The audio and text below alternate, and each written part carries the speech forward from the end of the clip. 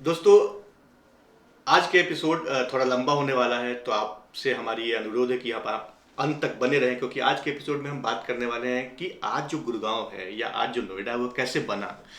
भारत में खासकर दिल्ली एनसीआर की जो रियल एस्टेट है उसकी जर्नी कैसे रही है, वो ऐसे कौन कौन से इंसिडेंसेस हुए हैं पास्ट में जिन्होंने रियल एस्टेट मार्केट को शेप देने में अहम भूमिका निभाई है। ऐसे कौन सी स्कीम्स थी जिसको जो सुप्रीम कोर्ट को पॉन्जी स्कीम कहना पड़ गया। रेरा क्यों आया, क्या ज़रूरत पड़ गई थी गवर्नमेंट को रेरा लाने के लिए, डिमोनेटाइजेशन का क्या इम्पैक्ट रहा, जीएसटी का क्या इम्पैक्ट रहा, और क्या जिस तरीके से रियल एस्टेट चल रहा है आगे इस तरह से ग्रोथ मिलता रहेगा, किस तरीके से ये डेवलपमेंट जो मेट्रो तक था अब वो टीयर 2 टीयर 3 में भी जाएगा।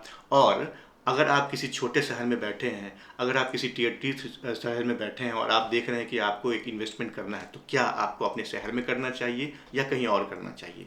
इसके साथ साथ हम ये भी समझेंगे कि ग्लोबल फ्रंट पे जो खासकर गल्फ कंट्रीज़ में जो अभी चल रही है कहानी, उसका कितना इम्पैक्ट रियल एस्टेट पे पड़ेगा, और ये कहानी, ये जो लड़ाई है, ये किस चीज़ की चल रही है।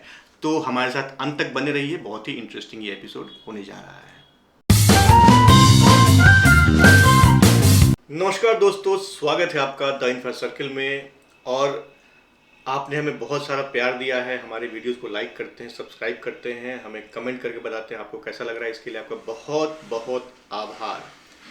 और दोस्तों, हमने सोचा, हमने बिट्स एंड पीसेस में कई सारे जो एरियाज हैं, टॉपिक्स, उसको हमने कवर किया। जैसे कौन से पॉकेट्स हैं जहाँ पे आप इन्वेस्ट कर सकते हैं, कौन से पॉकेट्स हैं जहाँ पे आपको कमर्शियल की चीज़ें अच्छी मिलेंगी, क्या वैसे चीज़ें हैं जो आपको ध्यान रखनी चाहिए इन्वेस्टमेंट के पहले, कौन सी ऐसी गलतियाँ हैं जिनको आप नहीं करनी चाहिए। फिर हमने सोचा कि क्यों ना हम एक ओवरऑल रियल एस्टेट के बारे में बात करें कि भाई आज की तारीख में अगर कोई प्राइसेस आपको 1 करोड़ या 90 लाख या कोई लोकेशन इतने बूम पे है तो क्यों है, उसकी शुरुआत कहाँ से हुई है। दोस्तों, आज हम बात करेंगे जो एनसीआर का जो रियल एस्टेट मार्केट है, वो मार्केट आखिर बना कैसे, क्या वो माइलस्टोन्स थी और क्या वो ऐसे इंसिडेंसेस थे जिन्होंने इस पूरे मार्केट को शेप दिया है। कौन सी ऐसी चीज़ें थी जो नए नए डेवलपर्स को प्रोत्साहित की यहाँ पे आने के लिए, किस तरीके से ट्रेंड्स चेंज हुए, क्या कल्चर था यहाँ का, किस तरीके से चीज़ें बदली, और आज के तारीख में जो रियल एस्टेट है वो हम कैसे उसको देख रहे हैं, और यहाँ के बाद आगे क्या होने वाला है। इन्हीं सब बातों को चर्चा करने के लिए हमारे साथ हमारे एक्सपर्ट रितेश माथुर मौजूद हैं। माथुर साहब, स्वागत है आपका। और जैसा कि आपने सुना, हम बात करने जा रहे हैं real estate, overall real estate market की। तो अगर मैं आपसे पूछूं कि भाई गुड़गांव आज की तारीख में एक पीक पे है, एकदम अल्ट्रा लग्जरी मार्केट जा चुका है, वो अल्ट्रा प्रीमियम पे घुस चुका है, वो नोएडा उसी राह पे चल रहा है। तो एक एक एक लाजमी सा सवाल बनता है, एक ऑब्वियस क्वेश्चन यहाँ पे आती है कि भाई what is the next Gurgaon और what is the next Noida. लेकिन इसको कहने के पहले हमें ये भी समझना चाहिए कि भाई अभी का जो गुड़गांव है वो कैसे बना, या अभी का जो नोएडा है वो कैसे बना। तो इस पे थोड़ा आप समझाओ कि क्या कहानी थी रियल एस्टेट की यहाँ की। देखिए, रियल एस्टेट मार्केट जो पूरा दिल्ली एनसीआर का है वो काफ़ी पुराना मार्केट है। ये पिछले 10-15 सालों में जो हमने जिस तरीके का बूम देखा प्रॉपर्टी प्राइसेस में, या जैसे एकदम से प्राइसेस सर्ज हुए, तो लगता है कि जैसे सिर्फ लिबरलाइजेशन के बाद से जो मार्केट डेवलप हुआ है उसके बाद से ही सिर्फ ग्रोथ हुई है। तो हाँ, ये कहना ठीक है कि ग्रोथ तब से हुई है, बट यदि हम इसके एग्जिस्टेंस की बात करें तो शायद हम इंडिया की इंडिपेंडेंस तक जाएं, या जो पार्टीशन का जो एरा था उसके बाद से जाएं, तो वहाँ से एक डिमांड क्रिएट हुई थी कि भाई जो लोग बाहर से आए थे, जो माइग्रेट करके दिल्ली पहुंचे थे, और उस टाइम पे दिल्ली का पॉपुलेशन काफ़ी ज़्यादा इंक्रीज हो गया था। तो तब एक प्लान आया कि भाई ऐसा हम क्या कर सकते हैं कि दिल्ली को डीकंजेस्ट किया जाए, क्या आसपास कुछ सैटेलाइट ये वही जनता थी जो पाकिस्तान से उठ के यहाँ पे आए थे लोग, पाकिस्तान का जो झेल रहे थे। यहाँ से भी कुछ लोग गए थे, बट यहाँ से जाने वाले लोग कम थे, वहाँ से आने वाले लोगों की संख्या ज़्यादा थी। तो जगह जगह पे रिफ्यूजी कैंप्स बनाए गए थे। जी, जो प्राइम जो 3-4 एरियाज, यदि मैं उस टाइम पे दिल्ली की बात करूँ तो आप कह सकते हैं लाजपत नगर एक मार्केट था, राजेंद्र नगर एक मार्केट था, पटेल नगर, पंजाबी बाग हुआ, या नॉर्थ में वो नॉर्थ कैंपस के पास किंग्स वे कैंप या हकीकत नगर वाले जो मार्केट है, एरिया है, आई थिंक वो सारी चीज़ें, ये वो मेजरली मार्केट थे जहाँ पर लोग माइग्रेट होके आके और रिफ्यूजी कैंप्स में रहने स्टार्ट हुए थे।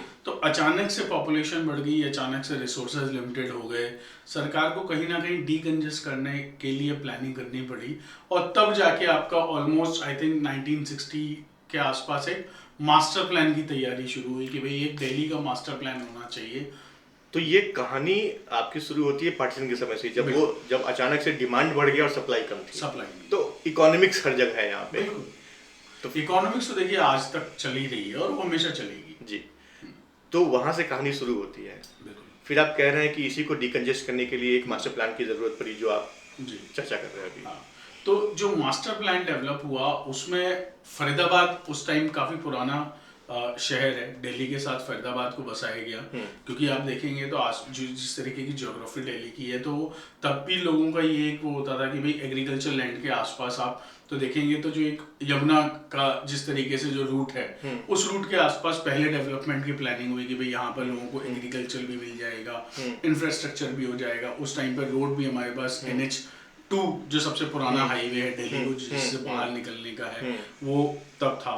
तो तब से फिर वो प्लानिंग स्टार्ट हुई और तब वो मास्टर प्लान किया गया कि मेरे रेजिडेंशियल जोन्स ये होंगे, एजुकेशनल हब्स यहाँ होंगे, आपका मेडिकल जोन यहाँ बनेगा, स्कूल या एजुकेशन के लिए आपको कहाँ कहाँ इंस्टीट्यूशंस बनाने हैं। इस टाइप से आपका मास्टर प्लानिंग की स्टार्ट होता है तकरीबन 1960-65 के आसपास।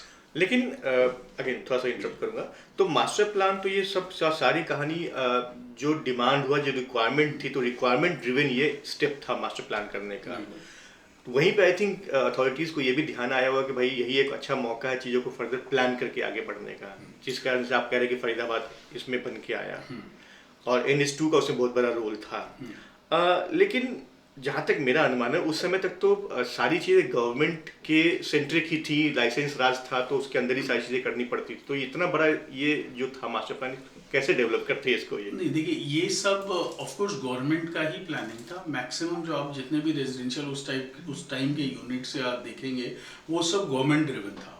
तो गवर्नमेंट ने जो प्लान किया गया, दिल्ली अकेले इस पूरे पॉपुलेशन क्राइसिस को एब्जॉर्ब नहीं कर सकता, तो हमें आसपास सैटेलाइट सिटीज डेवलप करने हैं। उसमें फरीदाबाद का इवोल्यूशन हुआ। उसी के साथ फिर एक और प्लान हुआ कि अच्छा ठीक है, हम नोएडा को डेवलप कर सकते हैं। यदि हम ओखला, जहाँ दिल्ली उस टाइम खत्म होता था, तो हम एक new Okhla industrial development authority के नाम से, एरिया के नाम से वहाँ पर एक नोएडा का शहर बसाएंगे, जिसको पूरी तरीके से आज की जनरेशन के लोग शायद नोएडा को पूरा जानते भी न हो। एक्चुअली ये पूरा नाम आपने जो बोला है, new Okhla industrial development authority, ये नोएडा का पूरा नाम है जी। ये ओखला को ही काट के बनाया गया था। हाँ जी, ओखला को एक्सटेंड किया गया था कि भाई यहाँ से ओखला पार करके भी लोग आगे भी रह सकते हैं। वहाँ भी आपको बाकायदा मास्टर प्लान के अंदर उन्होंने कनेक्टिंग रोड्स बनाए, वहाँ पर इंस्टीट्यूट्स का एस्टेब्लिशमेंट हुआ, कॉर्पोरेट्स ऑफिसेस को ले जाने के लिए, कमर्शियल बिल्डिंग्स को ले जाने के लिए, ये सब प्लानिंग नोएडा की थी। तो Noida was a well planned structured city, जो दिल्ली जो उस टाइम पे हबड़ तबड़ में बस रही थी। जो आप आज भी यदि आप देखेंगे तो दिल्ली के कुछ पोर्शंस आपको बहुत क्लस्टर्ड मिलते हैं, बहुत ज़्यादा कम एरिया में डेवलप है या जिस तरीके से रिहाइश बढ़ी है। बट वहीं हम नोएडा जाएंगे तो आपको वहाँ आज भी एक स्ट्रक्चर मिल जाएगा कि कुछ जगह हैं जो बिल्डर फ्लोर्स हैं, ग्रुप हाउसेस बहुत बाद में डेवलप हुए, बट जब हुए तो उनके लिए बाकायदे प्रॉपर जोन्स है, एजुकेशन के लिए एक हब है, हॉस्पिटल्स के लिए अलग उन्होंने एक मेडिकल फैसिलिटीज का एक मार्केट बनाया हुआ है। तो वो सारी चीजें, सेक्टर रोड भी अपने आप में काफी चौड़ी है और सारी चीजें प्लान तरीके से दिखता है कि यहाँ प्लानिंग की गई है इसके ऊपर। हाँ जी। तो आप कह रहे हैं कि ये जो नोएडा जो है ये उसी मास्टर प्लान का एक्सटेंशन था, ये मास्टर प्लान की उत्पत्ति थी, यहाँ से ऊपर जो नोएडा की है। मास्टर प्लान जो दिल्ली का बना वो तकरीबन 1962-65 के आसपास हुआ। उसके बाद नोएडा जब उन्हें समझ में आया कि हम अकेले दिल्ली को प्लान करके पूरा एरिया नहीं डेवलप कर पाएंगे, तो ऑलमोस्ट 1975-76 के आसपास नोएडा का जन्म हुआ और फिर कॉन्सेप्ट आया और फिर उसके लिए बकायदा एक अथॉरिटी फॉर्म की गई और फिर उसकी मास्टर प्लानिंग नोएडा अथॉरिटी ने की। और वहां से आज हम जो नोएडा देख रहे हैं उसका एक मॉडर्न वर्जन उसका है यहाँ पे आज की तारीख। नोएडा देखिए, ग्रेटर नोएडा देखिए, उसमें भी अलग से यमुना एक्सप्रेसवे की अथॉरिटी अलग बन गई है। ग्रेटर नोएडा GNID अलग एक अथॉरिटी है, नोएडा अथॉरिटी अपने आप में एक अथॉरिटी है। तो अब तो हम बहुत ज़्यादा ही ऑर्गेनाइज्ड स्ट्रक्चर में आज रह रहे हैं। बट उस टाइम पर जो प्लानिंग की गई थी वो ये था कि भाई किसी तरह दिल्ली के कंजेशन को साफ किया जाए ताकि सबको प्रॉपर रिसोर्सेज मिल सके। तो आपने कहानी बताई फरीदाबाद की, फिर आपने कहानी बताई नोएडा की। गुड़गांव आज की तारीख में जो पूरे मार्केट को रूल कर रहा है वो कहाँ से आया? अभी तक तो कोई दिख नहीं रहा यहाँ पे। देखिए, गुड़गांव का जो एक्चुअल जन्म यदि आप देखिएगा तो मेजरली ये एक एग्रीकल्चर लैंड थी, बट जब आपका एयरपोर्ट का डेवलपमेंट स्टार्ट हुआ ऑलमोस्ट 1980s के आसपास, तो 81-82 के बाद एयरपोर्ट के आगे आपका सारा एग्रीकल्चर लैंड हुआ करता था। और दिल्ली में एक बहुत तब उसका नाम भी पालम एयरपोर्ट हुआ करता था। पालम एयरपोर्ट हुआ करता था। और उस टाइम पे जो दिल्ली का बहुत पुराने एक डेवलपर थे DLF, जिसका Delhi land and finance. Delhi land and finance, ये भी अगेन अपने दर्शकों को हम बता दें कि DLF का पूरा नाम है दिल्ली लैंड एंड फाइनेंस। तो DLF का जो एवोल्यूशन हुआ वो दिल्ली ऑलमोस्ट 1946 से पहले की उनकी रूट्स हैं।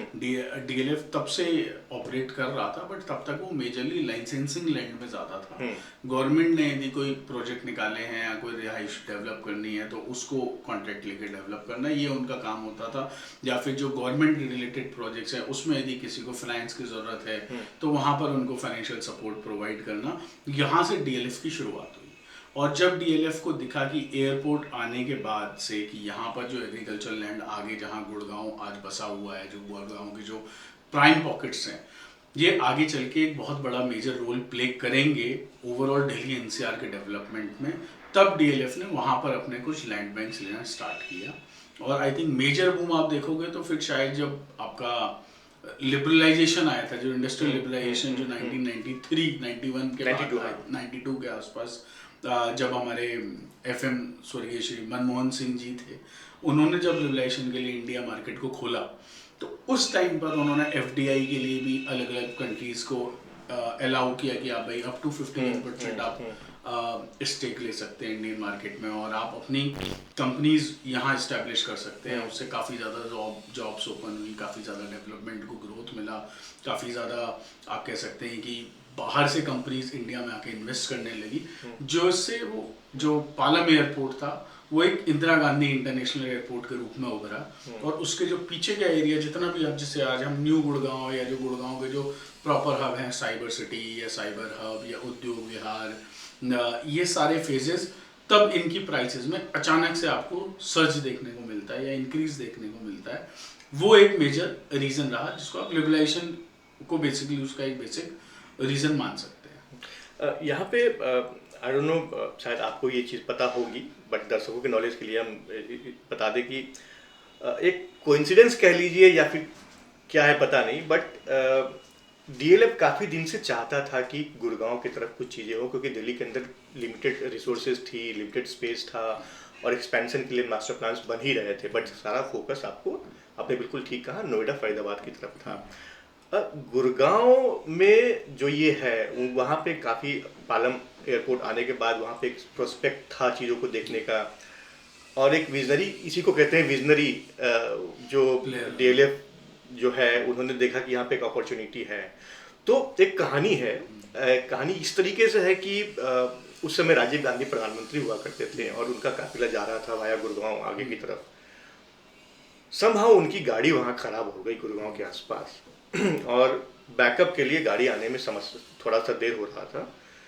तो वहाँ पे DLF के जो थे हेड, उनकी गाड़ी वहाँ उपलब्ध थी, वो खुद भी वहाँ कोइंसिडेंटली दोनों के नाम भी सेम थे। हाँ, तो वहाँ उपलब्ध थे। उन्होंने अपनी गाड़ी राजीव जी को ऑफर की और उन्होंने कहा कि ठीक है चलते हैं। और उसी दौरान जो इनकी जो बातें हुई उसमें ही इन्होंने कहा कि भाई ये यहाँ पे एक बहुत बड़ा प्रोस्पेक्ट है, इसको डेवलप करने के लिए हमें आप परमिशन दीजिए।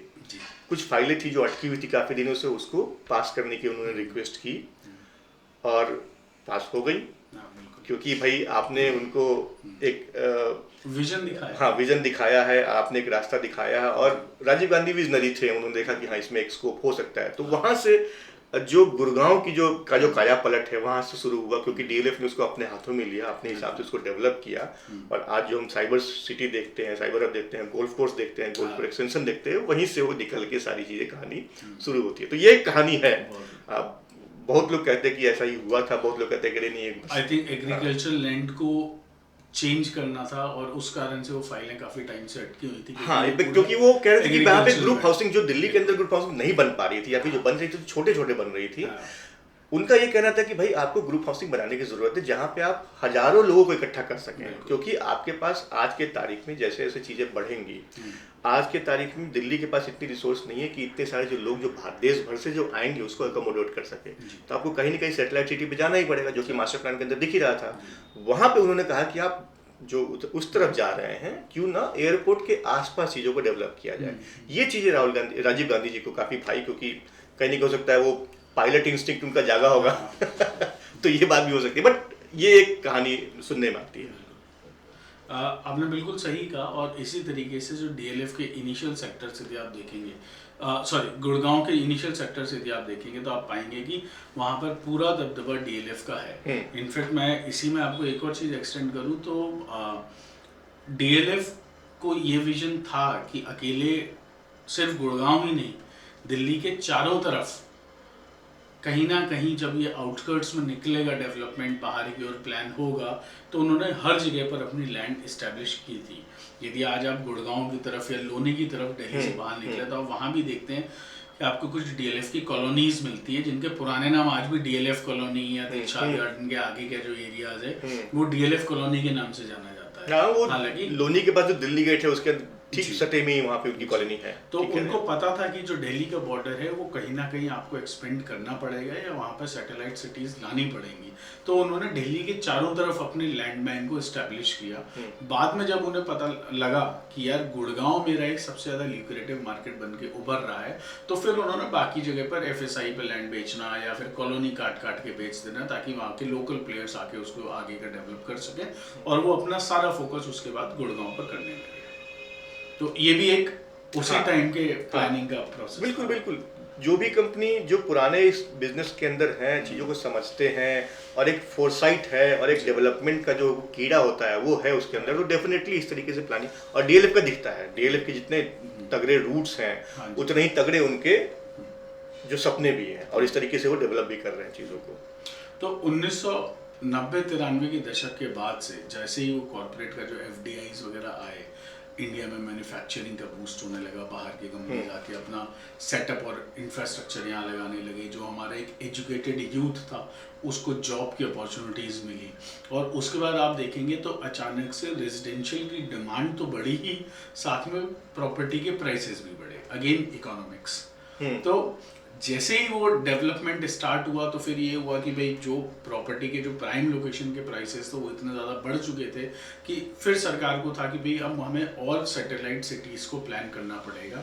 और उसी के बाद फिर नोएडा के बाद आया ग्रेटर नोएडा, इधर गुड़गांव, आगे जाके बढ़ के आपको मानेसर की तरफ गए आप लोग। आप फरीदाबाद जाएंगे तो न्यू फरीदाबाद का विलय हुआ, गाजियाबाद के आगे निकलेंगे तो मोदी नगर, मोदीपुरम, इन सब एरियाज़ का विलय हुआ। साथ ही यदि आप इस तरफ जाएंगे तो आपको सोनीपत, करनाल, वहाँ तक आपको रियल एस्टेट डेवलपमेंट के वो आज भी अलग अलग पॉकेट्स में आप देखेंगे तो आपको डेवलपमेंट नहीं, आप बिल्कुल ठीक कह रहे हैं, क्योंकि लिबरलाइजेशन एक ऐसा फेज था जिसने पूरे डायनामिक्स को चेंज कर दिया। और कहीं ना कहीं इसका एक जो रियल एस्टेट में जो बूम है जिसकी आप बात कर रहे हैं, मुझे लगता है कहीं ना कहीं एक कल्चर का भी इसके अंदर एक समावेश हुआ यहाँ पे। जो मेरी अपनी थ्योरी यहाँ पे ये कहती है कि जिस तरीके से उसके पहले जब तक लाइसेंस राज था, लोग अपने घर, मतलब छोटे शहरों के लोग या मेट्रो में भी हैं तो अपने काम से काम रख रहे हैं। रिटायरमेंट के बाद ग्रेच्युटी में पैसे जो मिले, प्रोविडेंट फंड के पैसे मिले, उससे घर जाके खरीदा उन्होंने।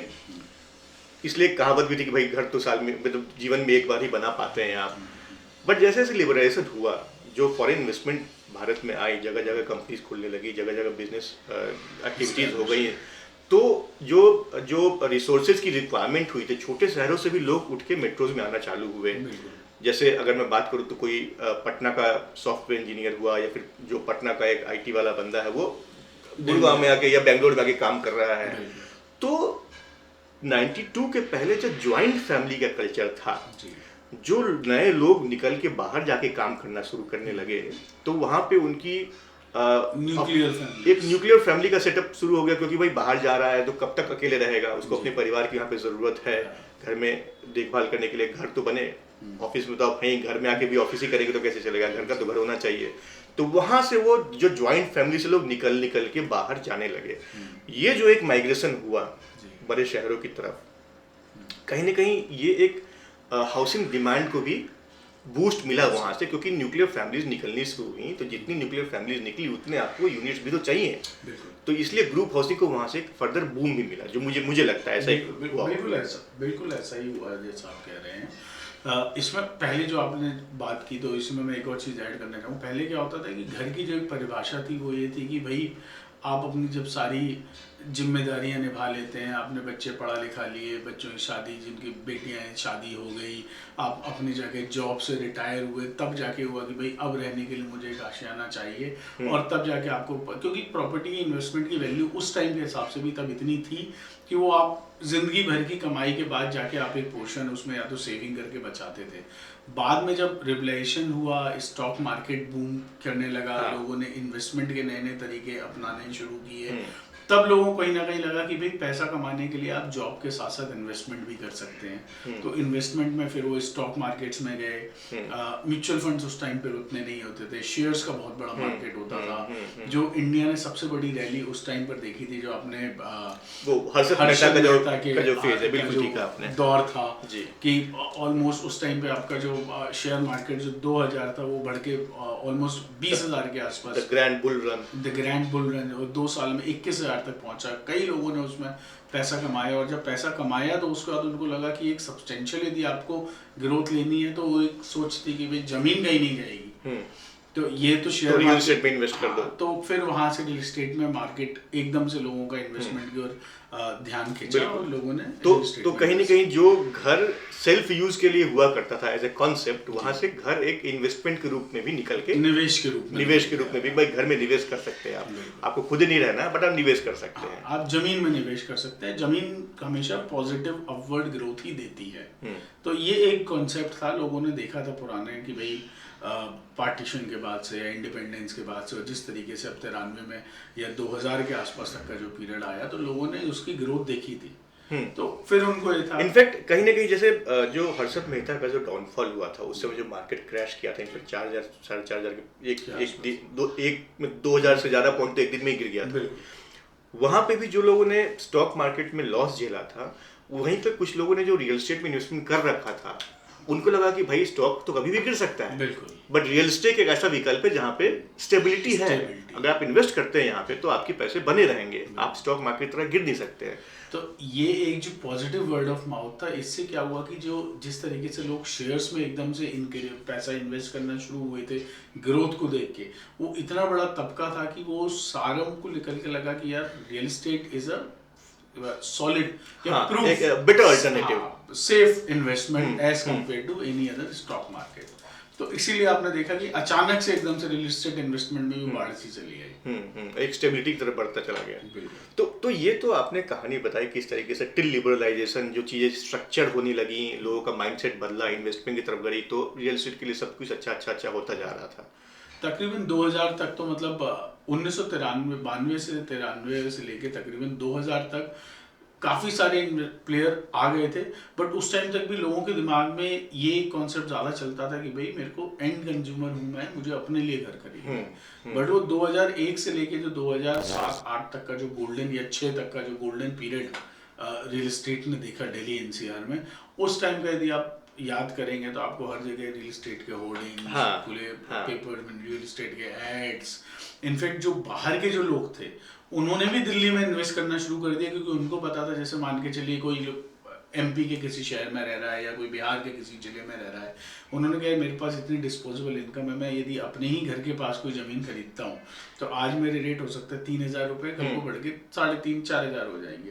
बट यदि मैं दिल्ली में 3,000 रुपये लगाता हूँ तो वहाँ तो भाई 5-5 गुना रेट बढ़ रहे हैं।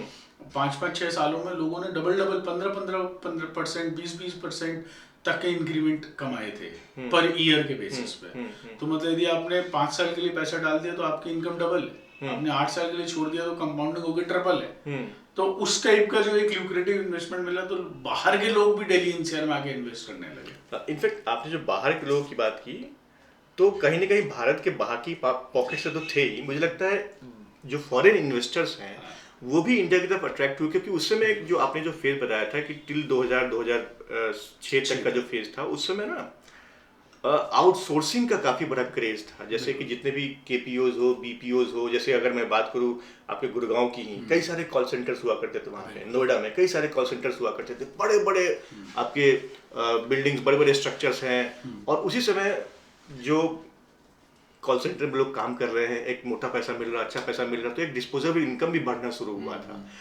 उसको खर्च कहाँ करें, तो कहीं ना कहीं मॉल का कल्चर भी वहाँ पे धीरे धीरे डेवलप होना शुरू हुआ ये था। जो ग्लोबलाइजेशन का जो पूरा इम्पैक्ट था, उससे क्या हुआ कि एजुकेटेड यूथ इंडिया में था पहले से, जो बाहर की कंपनीज ने जब यहाँ के एस्टेब्लिश हुआ तो वो ग्लोबल कल्चर भी अपने साथ लेके आई। जब वो ग्लोबल कल्चर लेके आई तो साथ में लोगों ने बाहर के कल्चर को पहचाना, वहाँ की ग्रोथ को देखा, वहाँ से एक कहीं ना कहीं न्यूक्लियर फैमिलीज में रहने का कॉन्सेप्ट आया, मॉल्स का कॉन्सेप्ट आया, बाहर पढ़ने जाने का कॉन्सेप्ट आया, बाहर की कंपनीज में काम करके उनको पता लगा कि मैं क्या क्या एक्सपोजर और ले सकता हूँ। तो ये सब चीज़ों ने मिलजुल के एक ओवरऑल आप कह सकते हैं कि पैराडाइम शिफ्ट की और ये लेके गए इंडियन कल्चर को। और इंडिया में चूंकि ऑफ कोर्स लेबर सस्ती थी एज कम्पेयर टू, मैं कहूँगा not exactly labour but skilled labour या यूथ भी, एजुकेटेड रिसोर्सेज सस्ते थे एज कम्पेयर टू यूरोपियन और यूएसए मार्केट्स। तो उनको वहाँ से ये केपीओ और बीपीओ कल्चर इंडिया में स्टैब्लिश करने के लिए इंडिया सबसे बड़ा एक मार्केट था उनके लिए, तो उसका बेनिफिट उन्होंने लिया। चाइना में चूंकि इंग्लिश की कमी थी, वरना आप देखिए पॉपुलेशन वाइज चाइना में बहुत बड़ा वो था, but Indian youth was better versed with English speaking also, और उनके पास वो एक अपॉर्चुनिटी थी, भूख थी ग्रोथ की, और उन्होंने वो दोनों हाथों से ग्रैब की। बिल्कुल। तो अगेन हम 1992 की लिबरलाइजेशन से 2006 तक के जो बूम की बात कर रहे हैं यहाँ पे, 6 के बाद क्या हुआ था? देखिए 2006-07 तक तो फिर भी मार्केट ठीक चल रहा था, बट जो 2008 में जो यूएसए में एक ग्लोबल क्राइसिस आया, जो लेमन ब्रदर्स का, उस क्राइसिस ने मार्केट को कहीं ना कहीं झटका दिया। हालांकि इंडिया में वो क्राइसिस उतना बड़ा नहीं था, लेकिन चूंकि इंडिया का जो यूथ है वो बहुत ज्यादा डिपेंडेंट था in terms of their own jobs on the US companies, क्योंकि वहां से उनको मोटी सैलरीज मिल रही थी। जब वहां पर झटका लगा वो रिसेशन ने, कहीं ना कहीं इंडिया का जो रिसोर्स मार्केट था, प्लस जो फॉरेन इन्वेस्टर्स उनके इन्वेस्टमेंट भी वापस गए इंडिया से। बिल्कुल, काफ़ी सारे इन्वेस्टर्स ने अपने इन्वेस्टमेंट वापस ले लिए, काफ़ी सारा यूथ जब अनएम्प्लॉयड हो गया तो उसके बाद कहीं ना कहीं मार्केट डगमगाने लगा, क्योंकि फिर सस्टेनेंस की लड़ाई, और मकान is always a luxury. I mean I would say कि एक जो नीड और जो वांट्स का जो गैप होता है, वो गैप काफ़ी बड़ा हो गया कि भाई मेरी इच्छाएं क्या है और मेरी ज़रूरतें क्या है। तो लोग अपनी ज़रूरतों पर ज़्यादा फोकस करने लगे कि भाई मेरी ज़रूरत है पहले 2 वक्त की रोटी, घर वालों का ध्यान रखना, और मेरी फैमिली या हेल्थ और इन सब की चीज़ों को ज़्यादा ध्यान देना एज कम्पेयर टू कि मुझे बड़ी गाड़ी चाहिए या मुझे बड़ा घर चाहिए। तो कहीं ना कहीं वो एक मार्केट थोड़ा सा श्रिंक हुआ, और वो आपने नोटिस किया कि भाई 2008 से लेकर ऑलमोस्ट 2011-12 के आसपास तक मार्केट बहुत ही स्लो ग्रोथ की। हालांकि और तब तक ओवर सप्लाई भी काफ़ी हो चुकी थी। मैं उसी पर आ रहा था कि जिस तरीके से जो फेज था, तो कई सारे जो बड़े बिजनेसमैन थे उन्होंने भी डाइवर्सिफाई करने की सोचा रियल एस्टेट के अंदर, एक ल्यूक्रेटिव बिजनेस अपॉर्चुनिटी दिखा इनको यहाँ पे, उन्होंने कंपनीज खोली, कई सारे प्रोजेक्ट्स लॉन्च किए। इनफैक्ट कई सारे जो नाम है, जैसे पार्सनाथ की बात करूँ, एक बड़ा नाम है, यूनिटेक एक बड़ा नाम है जो उस समय पैदा हुआ, ओमेक्स बिल्कुल। इनफैक्ट जो बाहर की भी यदि आप बात करें, जब एफडीआई था तो एमआर, एमजीएफ, ये सब इंडिया में आके इन्वेस्ट करने लग गए, और काफ़ी ज़्यादा यहाँ पर उन लोगों के अच्छे खासे प्रोजेक्ट्स चले भी। कोई ने अपनी एक्सपर्टीज सिर्फ मॉल्स में बनाई, किसी ने सिर्फ कमर्शियल सेक्टर्स में बनाई, किसी ने ग्रुप हाउसिंग की ओर ध्यान दिया, किसी ने बिल्डर फ्लोर्स को आगे बढ़ाया। तो उस टाइप से काफ़ी सारे बिल्डर्स यहाँ पर प्रेजेंट थे और अच्छा खासा काम चला रहे थे। बट क्या हुआ कि जब जहाँ पर बूम ज़्यादा दिखती है तो फिर क्या होता है कि लोग एक के बाद एक तुरंत, एक प्रोजेक्ट हुआ, सोल्ड आउट हुआ, उन्हें तुरंत दूसरा लॉन्च करते हैं, दूसरा बनाया, दूसरा सोल्ड आउट हुआ, तीसरा लॉन्च करते हैं। करते करते वो फिर इतना ज़्यादा हुआ कि वो ओवर सप्लाई ज़्यादा होने लगी, और वहाँ पर ही आपका ये रिसेशन का समय आ गया। तो ये जो आप जो रिसेशन की बात कर रहे हैं 2011-12 के समय, जो 2008 में जो रिसेशन आया था, उसका जो रिपल इफेक्ट था रियल एस्टेट के अंदर, क्योंकि उस समय तो लॉन्चेज हो गई थी बट डिलीवरी नहीं हो पा रही थी, जिसका जो प्रेशर बनता जा रहा था और डिमांड कम हो गई थी। मुझे 2 डेवलपर के नाम याद आ रहे हैं जिनका मैं एक मिरर टू मिरर कंपैरिजन करना चाहूँगा। एक तो है सिग्नेचर ग्लोबल और दूसरा है अर्थ इंफ्रा। मुझे नहीं याद है, मुझे नहीं लगता है बहुत लोग अर्थ इंफ्रा का नाम शायद याद होगा लोगों को। अर्थ इंफ्रा एक कंपनी थी, तरीके की उन्होंने ब्रांडिंग की थी, हाँ आई थिंक बिल्कुल सबको याद होगा। मैंने इन दोनों का नाम इसलिए लिया है क्योंकि दोनों का ही बैकग्राउंड और फाइनेंशियल थे, दोनों के ही जो प्रमोटर्स हैं वो फाइनेंशियल बैकग्राउंड से आते हैं। जी। तो इसमें से मैं अर्थ इंफ्रास्ट्रक्चर की बात पहले करना चाहूंगा क्योंकि ये वो लोग थे जो फाइनेंशियल बैकग्राउंड से आते हैं जी। और इन्होंने देखा कि किस तरीके से एक लुक्रेटिव बिजनेस अपॉर्चुनिटी है यहाँ पे, क्यों ना यहाँ पे हम इसको एक रियल एस्टेट इन्वेस्टमेंट में, रियल एस्टेट डेवलपमेंट खुद भी घुसे। तो उन्होंने अर्थ इंफ्रास्ट्रक्चर का फॉर्मेशन किया। 2008-9 के आसपास मुझे लगता है उन्होंने ऑपरेशन अपना शुरू किया था और उन्होंने प्रोजेक्ट लॉन्च किए। और जैसा आपने बात किया कि अभी कि भाई एक प्रोजेक्ट लॉन्च किया, फुल थ्रोटल के साथ उसको सेल किया, पैसे आ गए। अब बजाय उसको डेवलपमेंट के उन्होंने दूसरा लैंड बैंक खरीद लिया क्योंकि सबके दिमाग में यही था कि भाई ये तो बिजनेस बड़ा अच्छा चल रहा है, चंगा सब कुछ चंगा सी चल रहा है जी, तो बिकेंगे ही माल। बट जैसे ही डिमांड क्रम्बल हुआ, देखिए आई थिंक एक और चीज़ क्या हुई थी कि उस टाइम पे ना काफ़ी सारे जो रियल एस्टेट एजेंट्स हुआ करते थे जो दूसरी कंपनीज के लिए प्रोजेक्ट सेल किया करते थे, उन्होंने ये लगा कि भाई मैं किसी और के लिए यदि मैं माल बेच सकता हूँ तो क्यों ना मैं अपना प्रोजेक्ट लॉन्च करके माल बेचूं। तो वहाँ पर एक शिफ्ट ये हुआ था कि लोग पहले रियल एस्टेट कंपनीज के खुद की अपनी सेल्स टीम होती थी, उन्होंने कहा भाई मेरे पास हाथ लिमिटेड है और मुझे इनको सैलरी पूरे टाइम देनी है, इससे बेटर है कि मैं कुछ ऐसे रियल एस्टेट ब्रोकर्स या एसोसिएट्स बनाऊं जो जब जब मुझे प्रोजेक्ट लॉन्च हो मैं तब उन लोगों को एक्टिवेट करूं और मैं उस टाइम पर उनको एक सर्टेन कमीशन दूं और वो मेरे लिए काम करें। तो फिर उससे क्या हुआ, उससे उनके खर्चे भी लिमिट हो रहे थे। हाँ। तो उन्होंने फिर अलग अलग ब्रोकर्स बनाए, अलग अलग मार्केट में ब्रोकर्स निकल के आए। मैं ये इसी चीज को, क्योंकि रियल एस्टेट जो बिजनेस है बड़ा ही वो तिक्रम वाला बिजनेस है, इसमें आपको बहुत सारी चीजें, एक कहता है ना रस्सी पर चलने वाला बैलेंसिंग एक्ट इसमें करना पड़ता है आपको। तो जिन लोगों को इसकी खासियत नहीं पता थी, जिनको लगा कि यहाँ बस वो अपॉर्चुनिटी देख के आए थे, उन्होंने वर्किंग नहीं की थी। जैसे कि मैं अर्थ इंफ्रास्ट्रक्चर की बात कर रहा हूँ, एक प्रोजेक्ट लॉन्च किया, उसको सेल किया, उसके बाद बड़ी सी टीम बना ली, सारे डायरेक्टर्स लग गए हैं, सारे जितने भी नए सेल्स वाले हैं सब कुछ वीपी के लेवल पे आ रहे हैं, सारे वीपी हैं उसके अंदर, कोई उससे नीचे बात नहीं कर रहा है और सब लगे हुए हैं, सब माल बेच रहे हैं। बनाएगा कौन, इसकी किसी को फिक्र नहीं है। प्रमोटर्स खुद उसमें चिंतित नहीं है। क्यों? क्योंकि उनके पास तो पैसे आ रहे हैं। पैसा आना चालू हुआ, उन्होंने नया लैंड बैंक खरीदा, उससे पैसे आने चालू हुए, नया लैंड बैंक खरीदा, डेवलपमेंट कहीं नहीं हो रही है। और बाद में जब देखा कि भाई डिले होने लगे चीजें, डेवलपमेंट जमीन पे कुछ एक ढेला भी नहीं कुछ हो पाया है, सारी चीजें जो आपके जो ताश के पत्ते थे, ताश का जो महल था वो गिर गया वहां पे। वहीं पे अगर हम सिग्नेचर ग्लोबल की बात करें, ये आई थिंक 2010-2011 के आसपास ये जो हरियाणा हाउसिंग पॉलिसी जो आई थी, उस समय इनकी उत्पत्ति हुई थी और आई थिंक 2013 में इन्होंने पहला प्रोजेक्ट लॉन्च किया था। बट इन्होंने एक बेसिक स्ट्रक्चर, जो बेसिक वर्किंग है, उन्होंने बिल्कुल जो आप कह रहे हैं कि भाई अपने ऊपर वर्कलोड ना बढ़ाओ, चैनल पार्टनर्स को यूज करो, उनके थ्रू माल बेचो और जब पैसे आए उसको फिर आप एक पैसा उसमें से डेवलपमेंट के लिए लगाओ और दूसरा पैसा फर्दर आप इन्वेस्टमेंट के लिए लगाओ। तो क्योंकि उनकी समझ पैसों को लेकर काफी क्लियर थी। देखिए जो कुछ 2007 या 8 से लेके जो 2011-12 तक, क्योंकि क्या होता है ना कि कोई भी रियल एस्टेट प्रोजेक्ट की जो एक कॉन्सेप्चुलाइजेशन की स्टेज होती है, इससे लेकर डिलीवरी तक का पीरियड तकरीबन 4 से 5 साल का पीरियड होता है। बिल्कुल।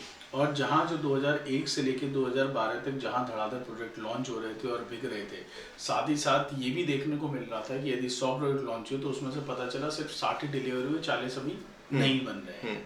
फिर अगले साल फिर सिमिलर हुआ। तो करते करते बहुत एक बड़ा लॉट ऐसा हो गया था जो अनसेटिस्फाइड बायर्स का भी था, जिन्होंने फिर प्रॉपरली जाके कंप्लेंट करना शुरू किया। वो चीज़ें केस कोर्ट तक पहुंची, पुलिस तक पहुंची, महकमे को पता लगा, शासन के पास ये कंप्लेंट्स गई कि भाई आपके कोई भी आके बन जाके बिल्डर बन जा रहा है और झूठ बेच रहा है मार्केट में।